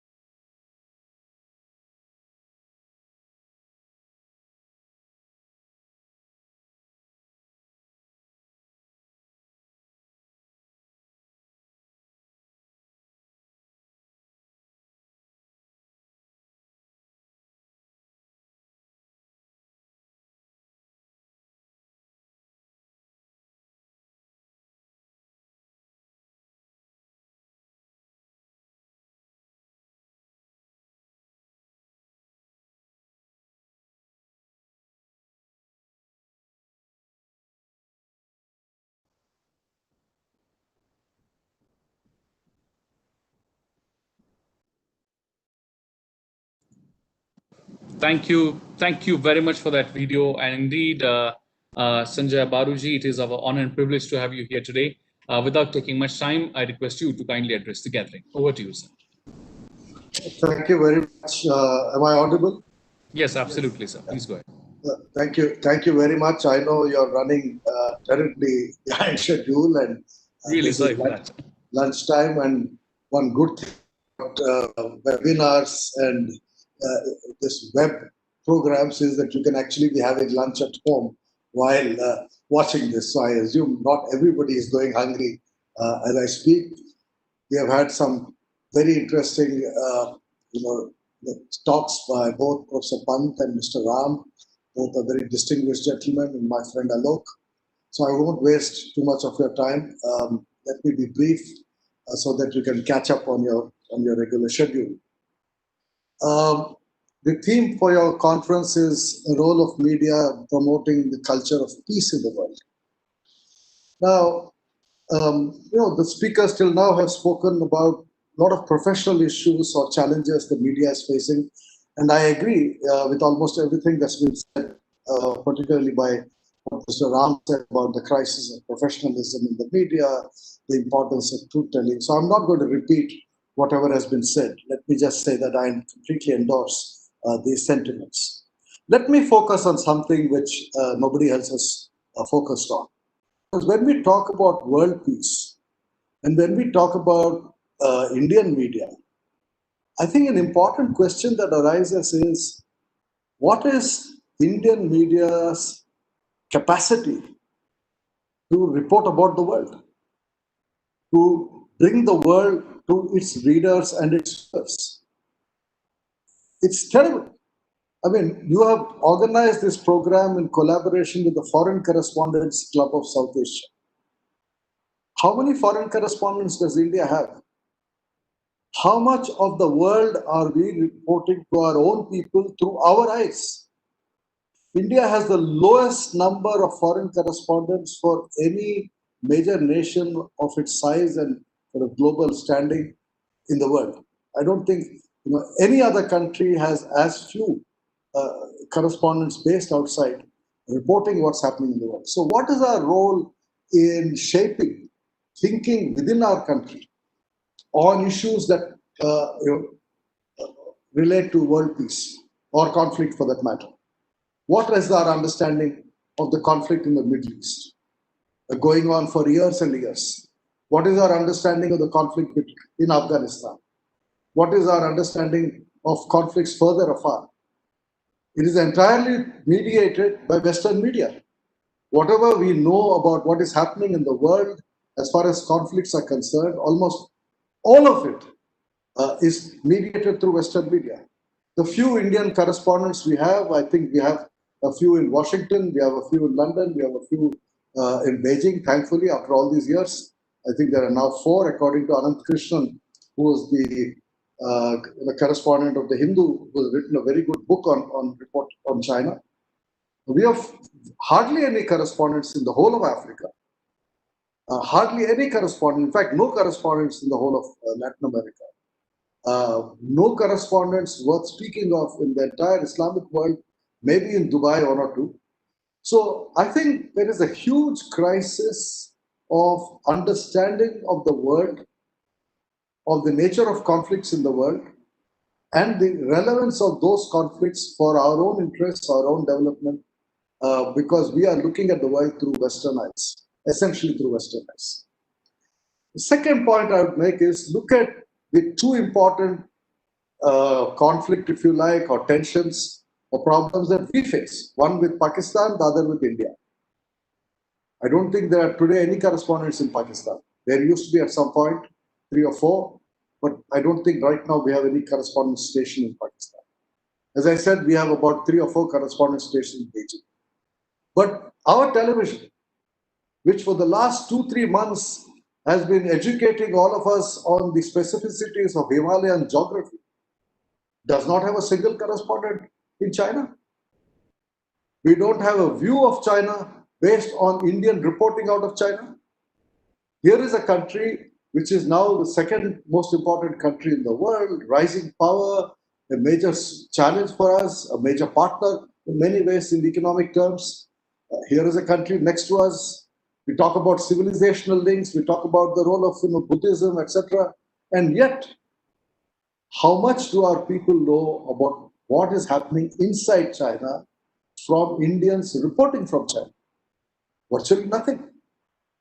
In fact, even the 3 or 4 correspondents there are based in Beijing and do the routine beats, the foreign ministry kind of beats, reporting on bilateral talks, etc. As I said, we've had 1 or 2 good people. Palwai Iyer used to be there.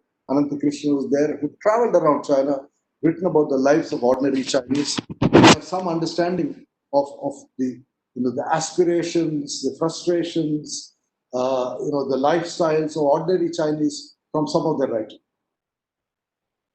What understanding do we have about what is happening inside Pakistan? And yet, every day we remind ourselves that Pakistan is a major, threat to Indian security, and so on and so forth.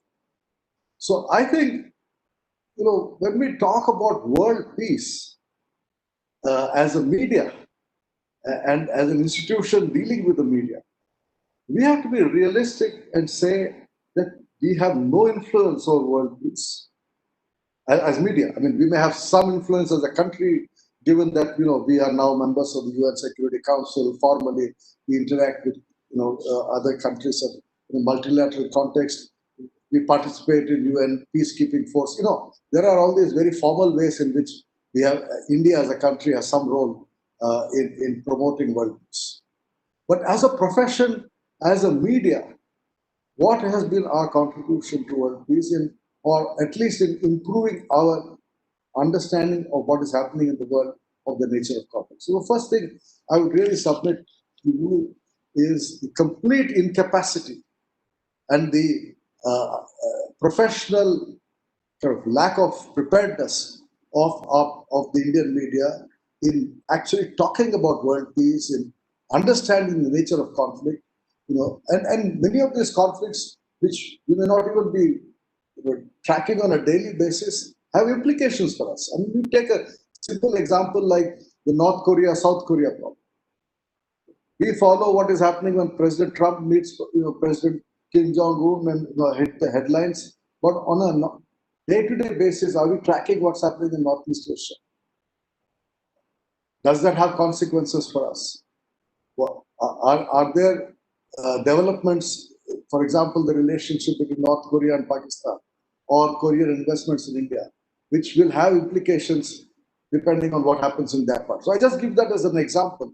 There are several other examples one can give of developments afar, further away from India, which have implications for us, which we are not even looking at.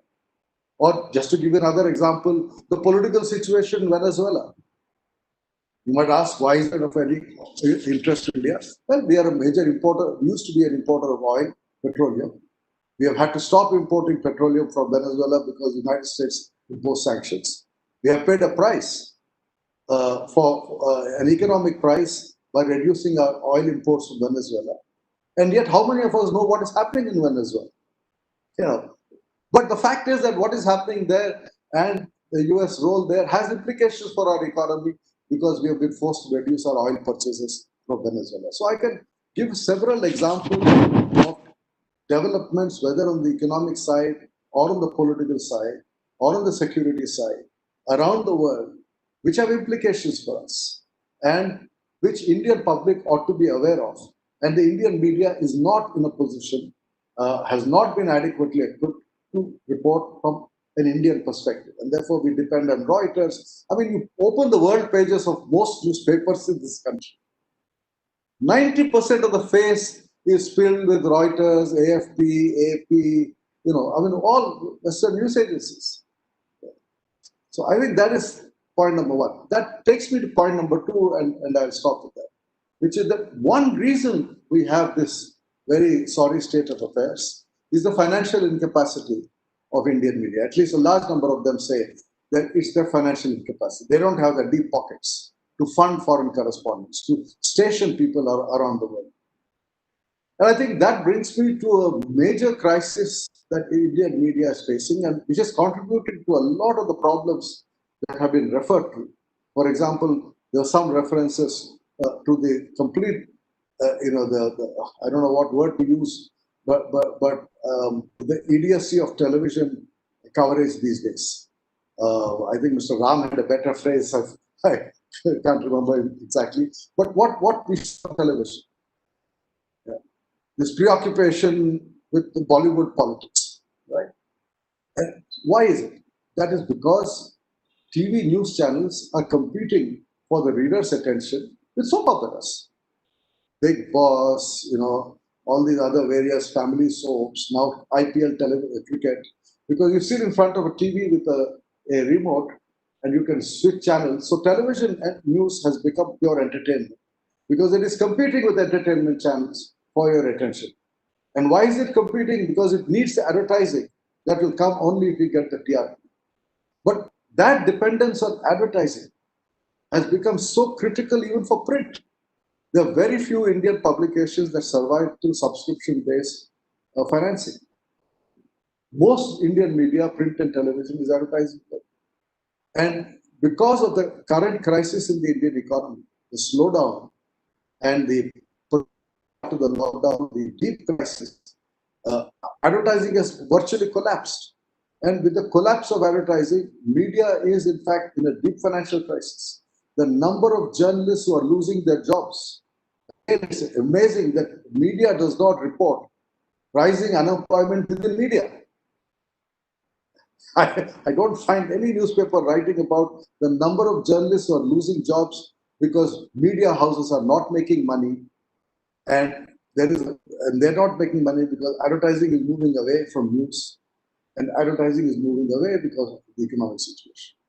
So, linked to our inability to fund an adequate understanding of the world through stationing of Indian correspondents is the nature of funding of Indian media, the nature of its dependence on advertising, and linked to that is the nature of competition with non-news television, which is forcing even print to go the tabloid way. I agree with Mr. Ram, television is essentially tabloid journalism. And fortunately, so far, most newspapers, majority of the Indian newspapers have stayed away from tabloid. But I'm not sure how long they can survive given the way in which their finances are being affected. Finally, let me end by talking about one concern that I've had for a long time, which is, which in some senses is relevant to the discussion today because there's been a lot said about the role of media, which is really the concept of professionalism in media. What do we mean by a professional journalist? How do you define professionalism?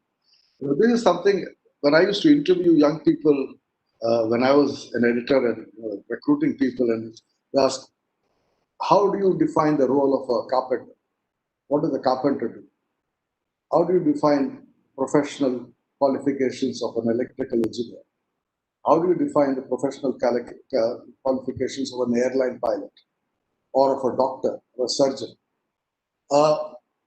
Most people are able to tell you what they expect from them. And then you ask, how do you define the professional qualifications of a journalist? And I find very few are able to actually capture in a few sentences their understanding of what it takes to be a professional. So I think there is a crisis of professionalism along with the financial crisis and a kind of identity crisis. There is a problem of professionalism. I mentioned this because you're an institution training journalists, and we need more the professional institutions training journalists because you need more professional journalists. And unless you get a concept of what it takes to be a professional journalist, you're not going to get professional journalism. And by and large, most Indian newspapers are now owned by politicians. If you look at Indian language media across the country, and even English language media. I mean, for example, I don't mind mentioning names here. The Hindustan Times has always been owned by somebody who's been with the Congress party. So other newspapers, Indian language particularly across the board, majority of them are linked to political parties. So what concept of professional newspapers or TV channels directly controlled by political parties have? And this has become an issue today with the controversy around Sudarshan TV, etc. A lot of this problem of professionalism. I just see somebody at the chat channel has said Republic TV. Yes, Republic TV is also a political television. A large number of them. So how do you define professionalism in an increasingly politicized media? I think these are some of the issues on top of my mind. I know it's lunchtime for all of you, and this has gone on and on for a long time. Let me stop with this, and I hope some of you will reflect on some of these issues. Thank you very much for having me here. Namaskar. Thank you, sir. Thank you very much. It was indeed honor and privilege to listen to you. Thank you very much. And as you rightly mentioned, we do have paucity of time, but still we would like to take a question because we are being flooded with questions. I'm not able to take all of them, but one question for you, sir, with your kind permission, which is coming from Mr. Praveen Dholeji. And the question is, what should be done to maintain balanced and truthful journalism in today's times? Over to you, sir. Well, I think on the question of truth, Mr. Ram spoke at some length, so I will not repeat what he said, the concept of truth and truthfulness. Balance, television has taken balance to the other extreme, right? I mean, what do you get? You get two types, one from, let's say, the BJP, one from the Congress, and then they define journalism as allowing both to speak. I don't think my concept of balanced journalism, it is allowing both sides to tell you their story. Balanced journalism should be reporting facts as we understand them and allowing the viewer or the reader to determine whether those facts are adequate and whether those facts convince them. But merely to allow two sides of an argument equal time is not, in my understanding, balanced journalism, because often in many cases, one side actually has the truth on its side and the other side does not. Right. And to pretend that both sides have a little bit of truth and the journalist's job is only to put both of them on the same pedestal, I think that is not my understanding of balanced journalism. Thank you, sir. Thank you very much for that input. And I would now like to quickly take the entire gathering to the next part of this session, wherein we have the guest of honor of this particular session, the eminent journalist, former chief editor of Nai Duniya, Madhya Pradesh, Chhattisgarh and Delhi, Shri Shravan Gargji with us. But before I invite him to address the gathering, I would like to request my technical team if they could please kindly relay the small film made on life and work of Shravan Gargji.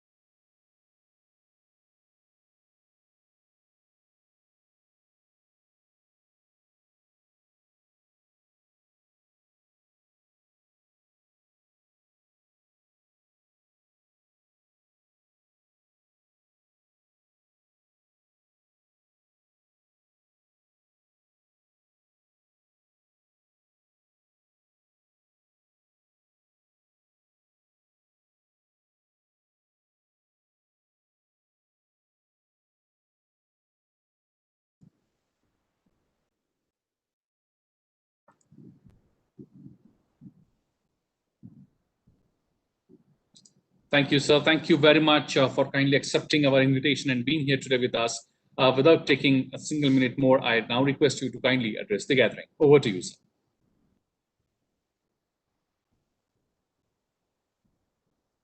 Sir, you're mute. If you could please unmute yourself. Is it? Yeah, please go ahead. You're now audible. Okay. Good morning to everybody connected to this wonderful National Conference on Media and Journalism. After listening to the thought-provoking speech by Sanjay Baru and Ram and Alok Mehtaji, my colleague, I missed the opportunity to listen to Pantji and Rahul Karad, though I could attain what Vishwanathji said. It's a very important topic, and it's my privilege to be here to attend this conference with and share my thoughts. Now, I've been confronted with the topic of the conference. I'm speaking here during my career of over 5 decades as a junior reporter, as a editor, as a group editor, and now as media educator. And my students keep asking me, sir, what is ethical journalism? And it's very difficult to answer, though I'll attempt. I come from the regional press, and I have spent most of my life giving my thoughts and writings to the regional media. I want to ask a small question.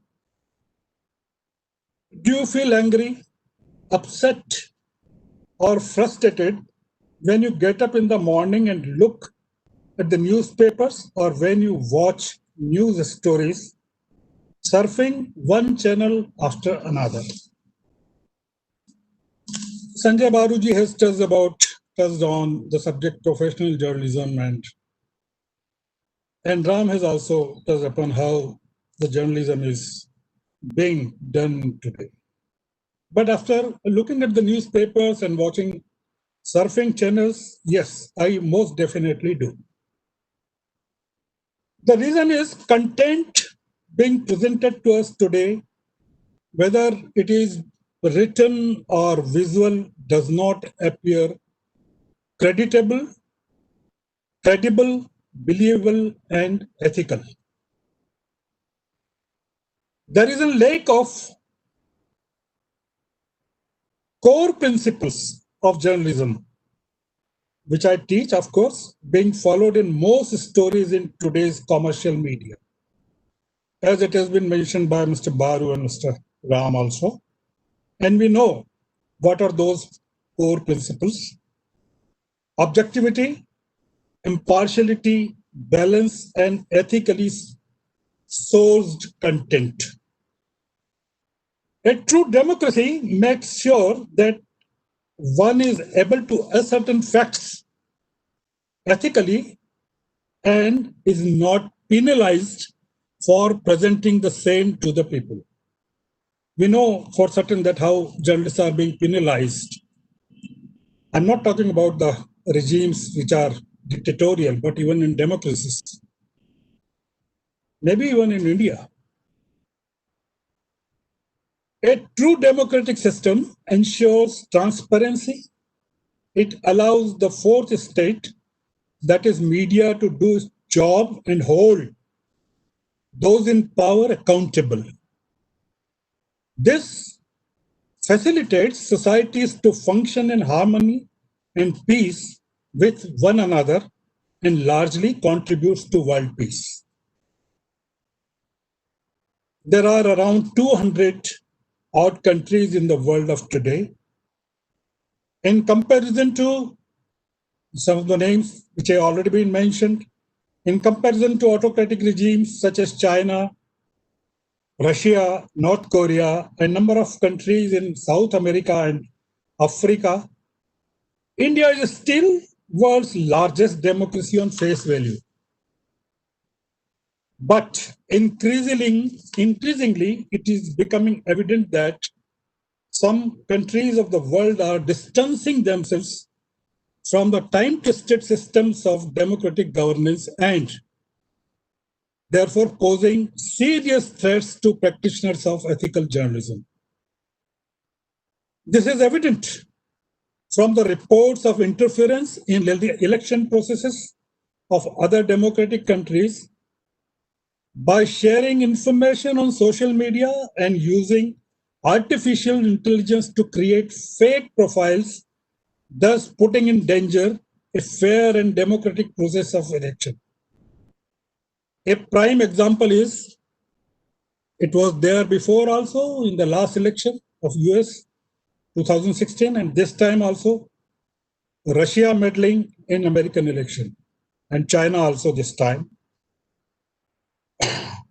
This is also evident from the lack of international media presence in countries like China and North Korea.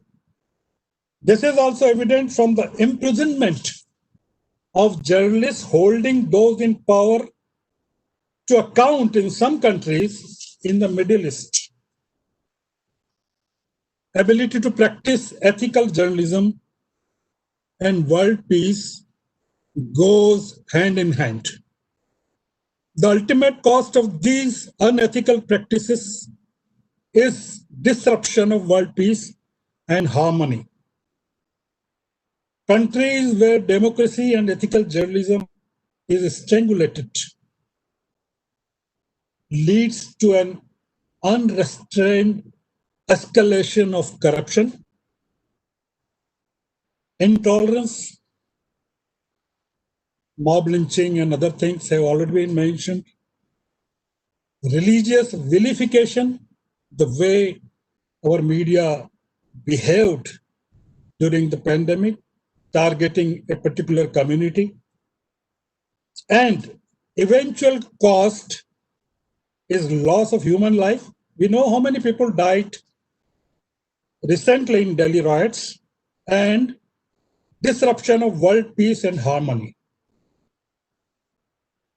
Journalism has to be ethical, otherwise it is not journalism, it is no journalism. If someone says it is raining and another person says it is dry, it is not our job, as it is being done today. And most journalists are being told to practice this thing, that give both the versions without verifying. So it is not our job as a journalist to quote both of them. Our job as a journalist to look out of the window and find out what is the truth. This is not being done. Very unfortunate. But how do we ensure that we will not be penalized for looking out of the window? It's a very important question, that when you start looking out of the window, you breach the so-called discipline set by the regulators.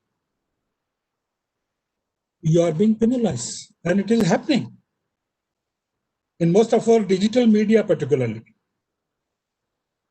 The very concept of ethical journalism derives its strength from the pursuit of truth and objectivism, where opposing views, Mr. Ram mentioned about this thing, opposing views, can be presented in the same argument if it is needed to achieve the objective or purpose of telling a story. A peace obtained on the comparative strength of nuclear weapons, spending on defense budgets, or raising armies and purchasing weapons. We are also part of that thing. Purchase of weapons of mass destruction by depriving millions of citizens of their basic needs of food, shelter, and education without any respect for human rights would never achieve its desired objective of Vasudhaiva Kutumbakam. And not reporting all this, bringing facts to the knowledge of people, would be unethical journalistically. Similarly, a scoop or an expose with an intention to increase the TRP. We talked about how the electronic media is busy targeting Bollywood celebrities, or circulation of the newspapers with no concern to present verified information in a respectful and objective manner would never qualify as ethical journalism. My experience of over 5 decades as a journalist in some shape or form says that there is more than ever a need to practice journalism ethically today. Today, when the world is going through difficult times and democracies across the globe are facing crisis of existence, we have a duty, a moral obligation as journalists to stick religiously to established journalistic principles. I can also tell you from my own experience that it does make a small but significant difference to the lives of people. Our glorious past is a treasure trove of people such as Mahatma Gandhi, Lokmanya Bal Gangadhar Tilak, Ganesh Shankar Vidyarthi, Makhanlal Chaturvedi, Madhavrao Sapre, Acharya Atre, and many others, who stood for ethical journalism and at the same time worked tirelessly to contribute towards the world peace. World peace is not a physical object or any geographical destination to reach. It is a feeling of oneness, universal brotherhood, and sisterhood, which can be experienced and realized even in a small community and can be synchronously all over the world, just as the collective human brains have now come together in multiple laboratories across the world to fight the battle against coronavirus. The way vaccine is being developed to benefit the humanity, not a particular community, not a particular country, not a particular caste, but the entire humanity. I implore my journalist friends, colleagues and students of mass communication to think hard about their role in today's world. Why into courts, what into courts, how into courts, and when into courts has never been more important than it has become today. That is what? Digging deeper, finding real stories of grit, passion, and strength.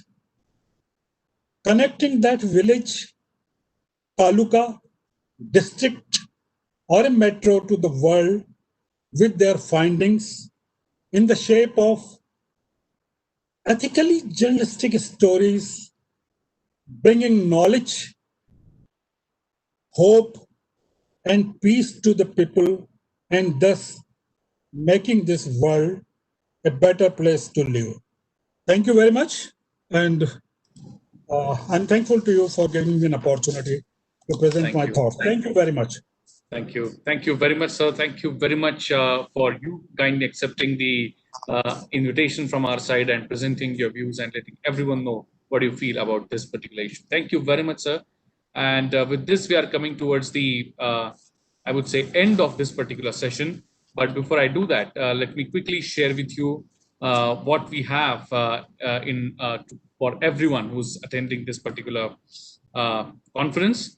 After this, as you can see on your screen, at 2:30 p.m. sharp, we will have the session 1 that would be beginning Media and Entertainment Industry Challenges Post COVID-19 Pandemic.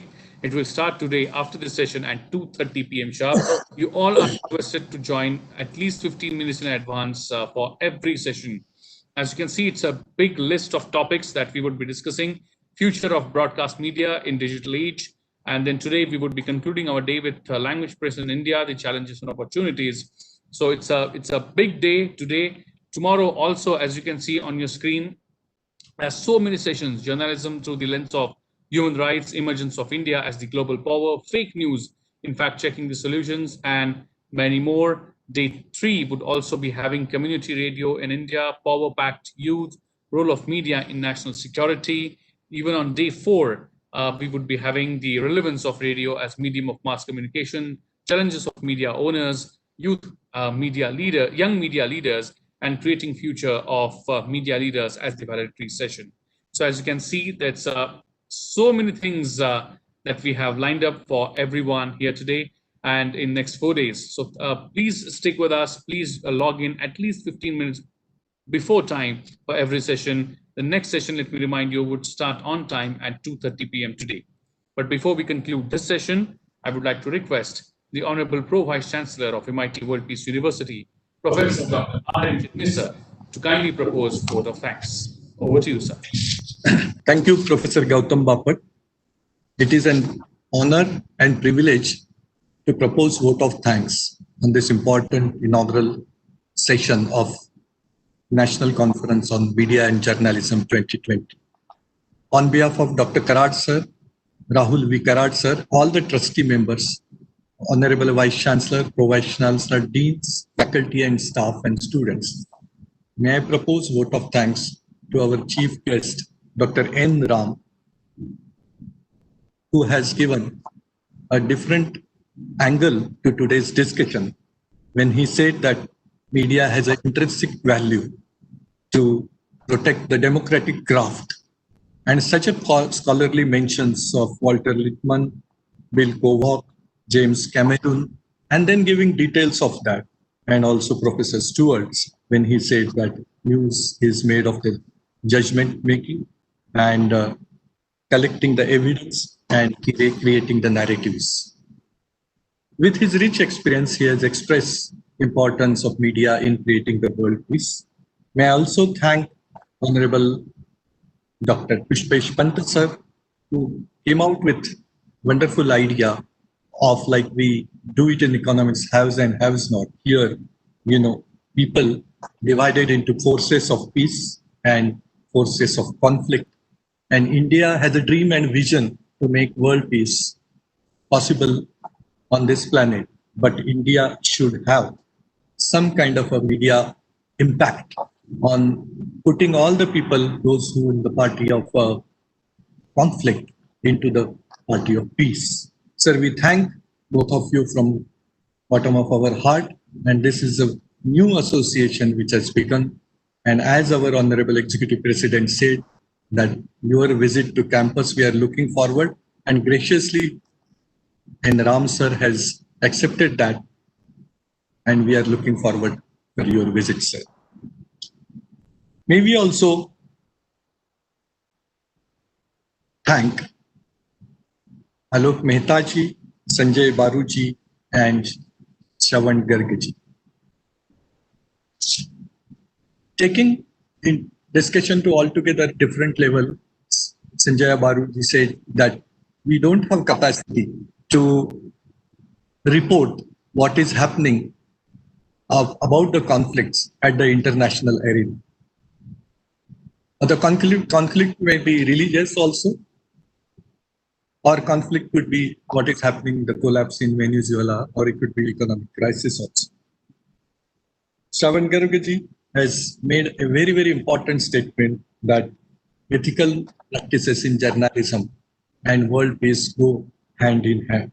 And with the experience, Alok Mehta ji has given full kaleidoscope about how we can go ahead with the world peace step by step.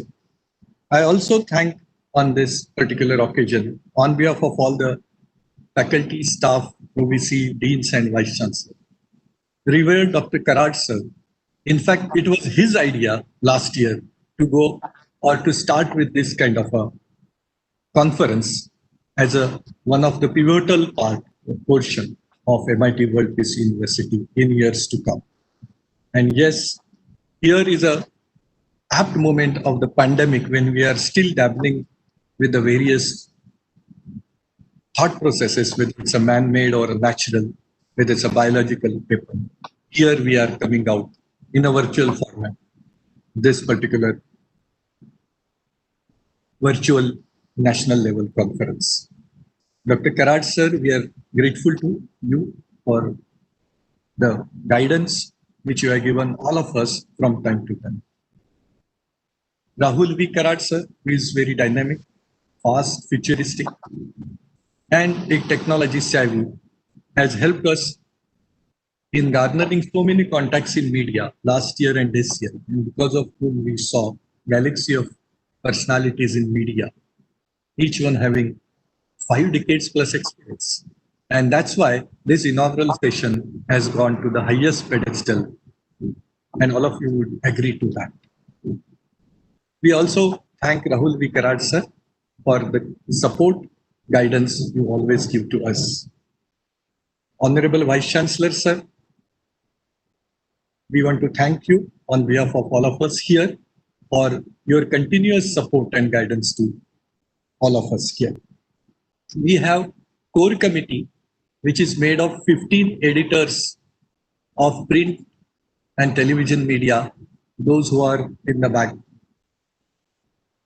those who are in the support side of these particular themes which we have made by our faculty members in media and journalism, headed by Dr. Anuradha Parashar, Dr. Kanwalji, Professor Anurag Verma, Anuja Palkar, Sagar Palkar, and Akshata Sawant. Now, out of this, so many editors were there initially. I want to make a special mention of Samrat Fadnis, who was there full time, and he had just left after Sanjay Baruchi, chief editor of Sakal Pune. And I want to also thank all the team of journalism, liberal arts, and all other pro-VCs and deans who have supported this event, and large number of participants came and attended this. As Dr. Bapat sir has said that second session is very interesting, and a lot of top national level editors are joining at 2:30. We request you to join at 2:15 or 2:20, 10 minutes in advance, to take the next session also to the great level. Once again, I thank all the members of MIT WP, right from marketing to the technology team, incessant support and great contribution and great efforts to taking this particular NCMJ2 to the second level. Thank you very much at this point of time.